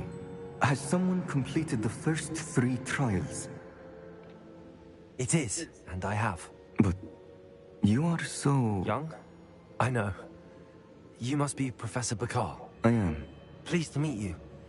The pensive memory I just witnessed, was Isadora inhaling painful emotions? She was. I was amazed to see that it seemed to give her some sort of power, and that she could harness it. But how? I worry that you seem more intrigued than repulsed. I hesitate to reveal the location of my pensive to someone who, perhaps, has yet to understand the responsibility of power. I can assure you, Professor, I do. In fact, what you don't yet know is that a dangerous goblin called Ranrock has accessed the repository at Rookwood Castle. He has learned to harness the contents of it as a source of immense power. He plans to use that power against wizardkind. We have no time to waste. I see. Nonetheless, the knowledge you shall gain after you witness my memories is too valuable to share without further consideration. I shall require time to confer with the other keepers. It seems we have no choice but to wait, frustrating as it is. I heard what you told Professor Bakar. Isadora was inhaling emotions to gain power? She was. And she pulled emotions, as she did from her father, from Professor Fitzgerald, without permission. Monstrous. What's more, she said that she found a way to store the traces of magic she extracted in goblin silver. The repositories? Possibly. There's something I didn't get a chance to tell you earlier. Ranrock has been digging at locations tied to the 5 names he found in the journals of a goblin metalworker named Bragball. 5 names? The Keepers, and who else? Isadora Morganac? Precisely. That's how he's been one step ahead of us. Gringotts, the Tower, Rookwood Castle. If the Keepers won't tell you where the next trial is yet, I say we at least maintain a watch on Ranrock. Perhaps he'll lead us to more information. Perhaps. I hope to hear from Lodgok soon. I haven't heard anything since I learned of the drills. Oh, and as you've probably guessed by now, your polyjuice plan worked like a charm. I knew it would. I may have done too good a job distracting Black. I had no idea he can't hold his fire whiskey.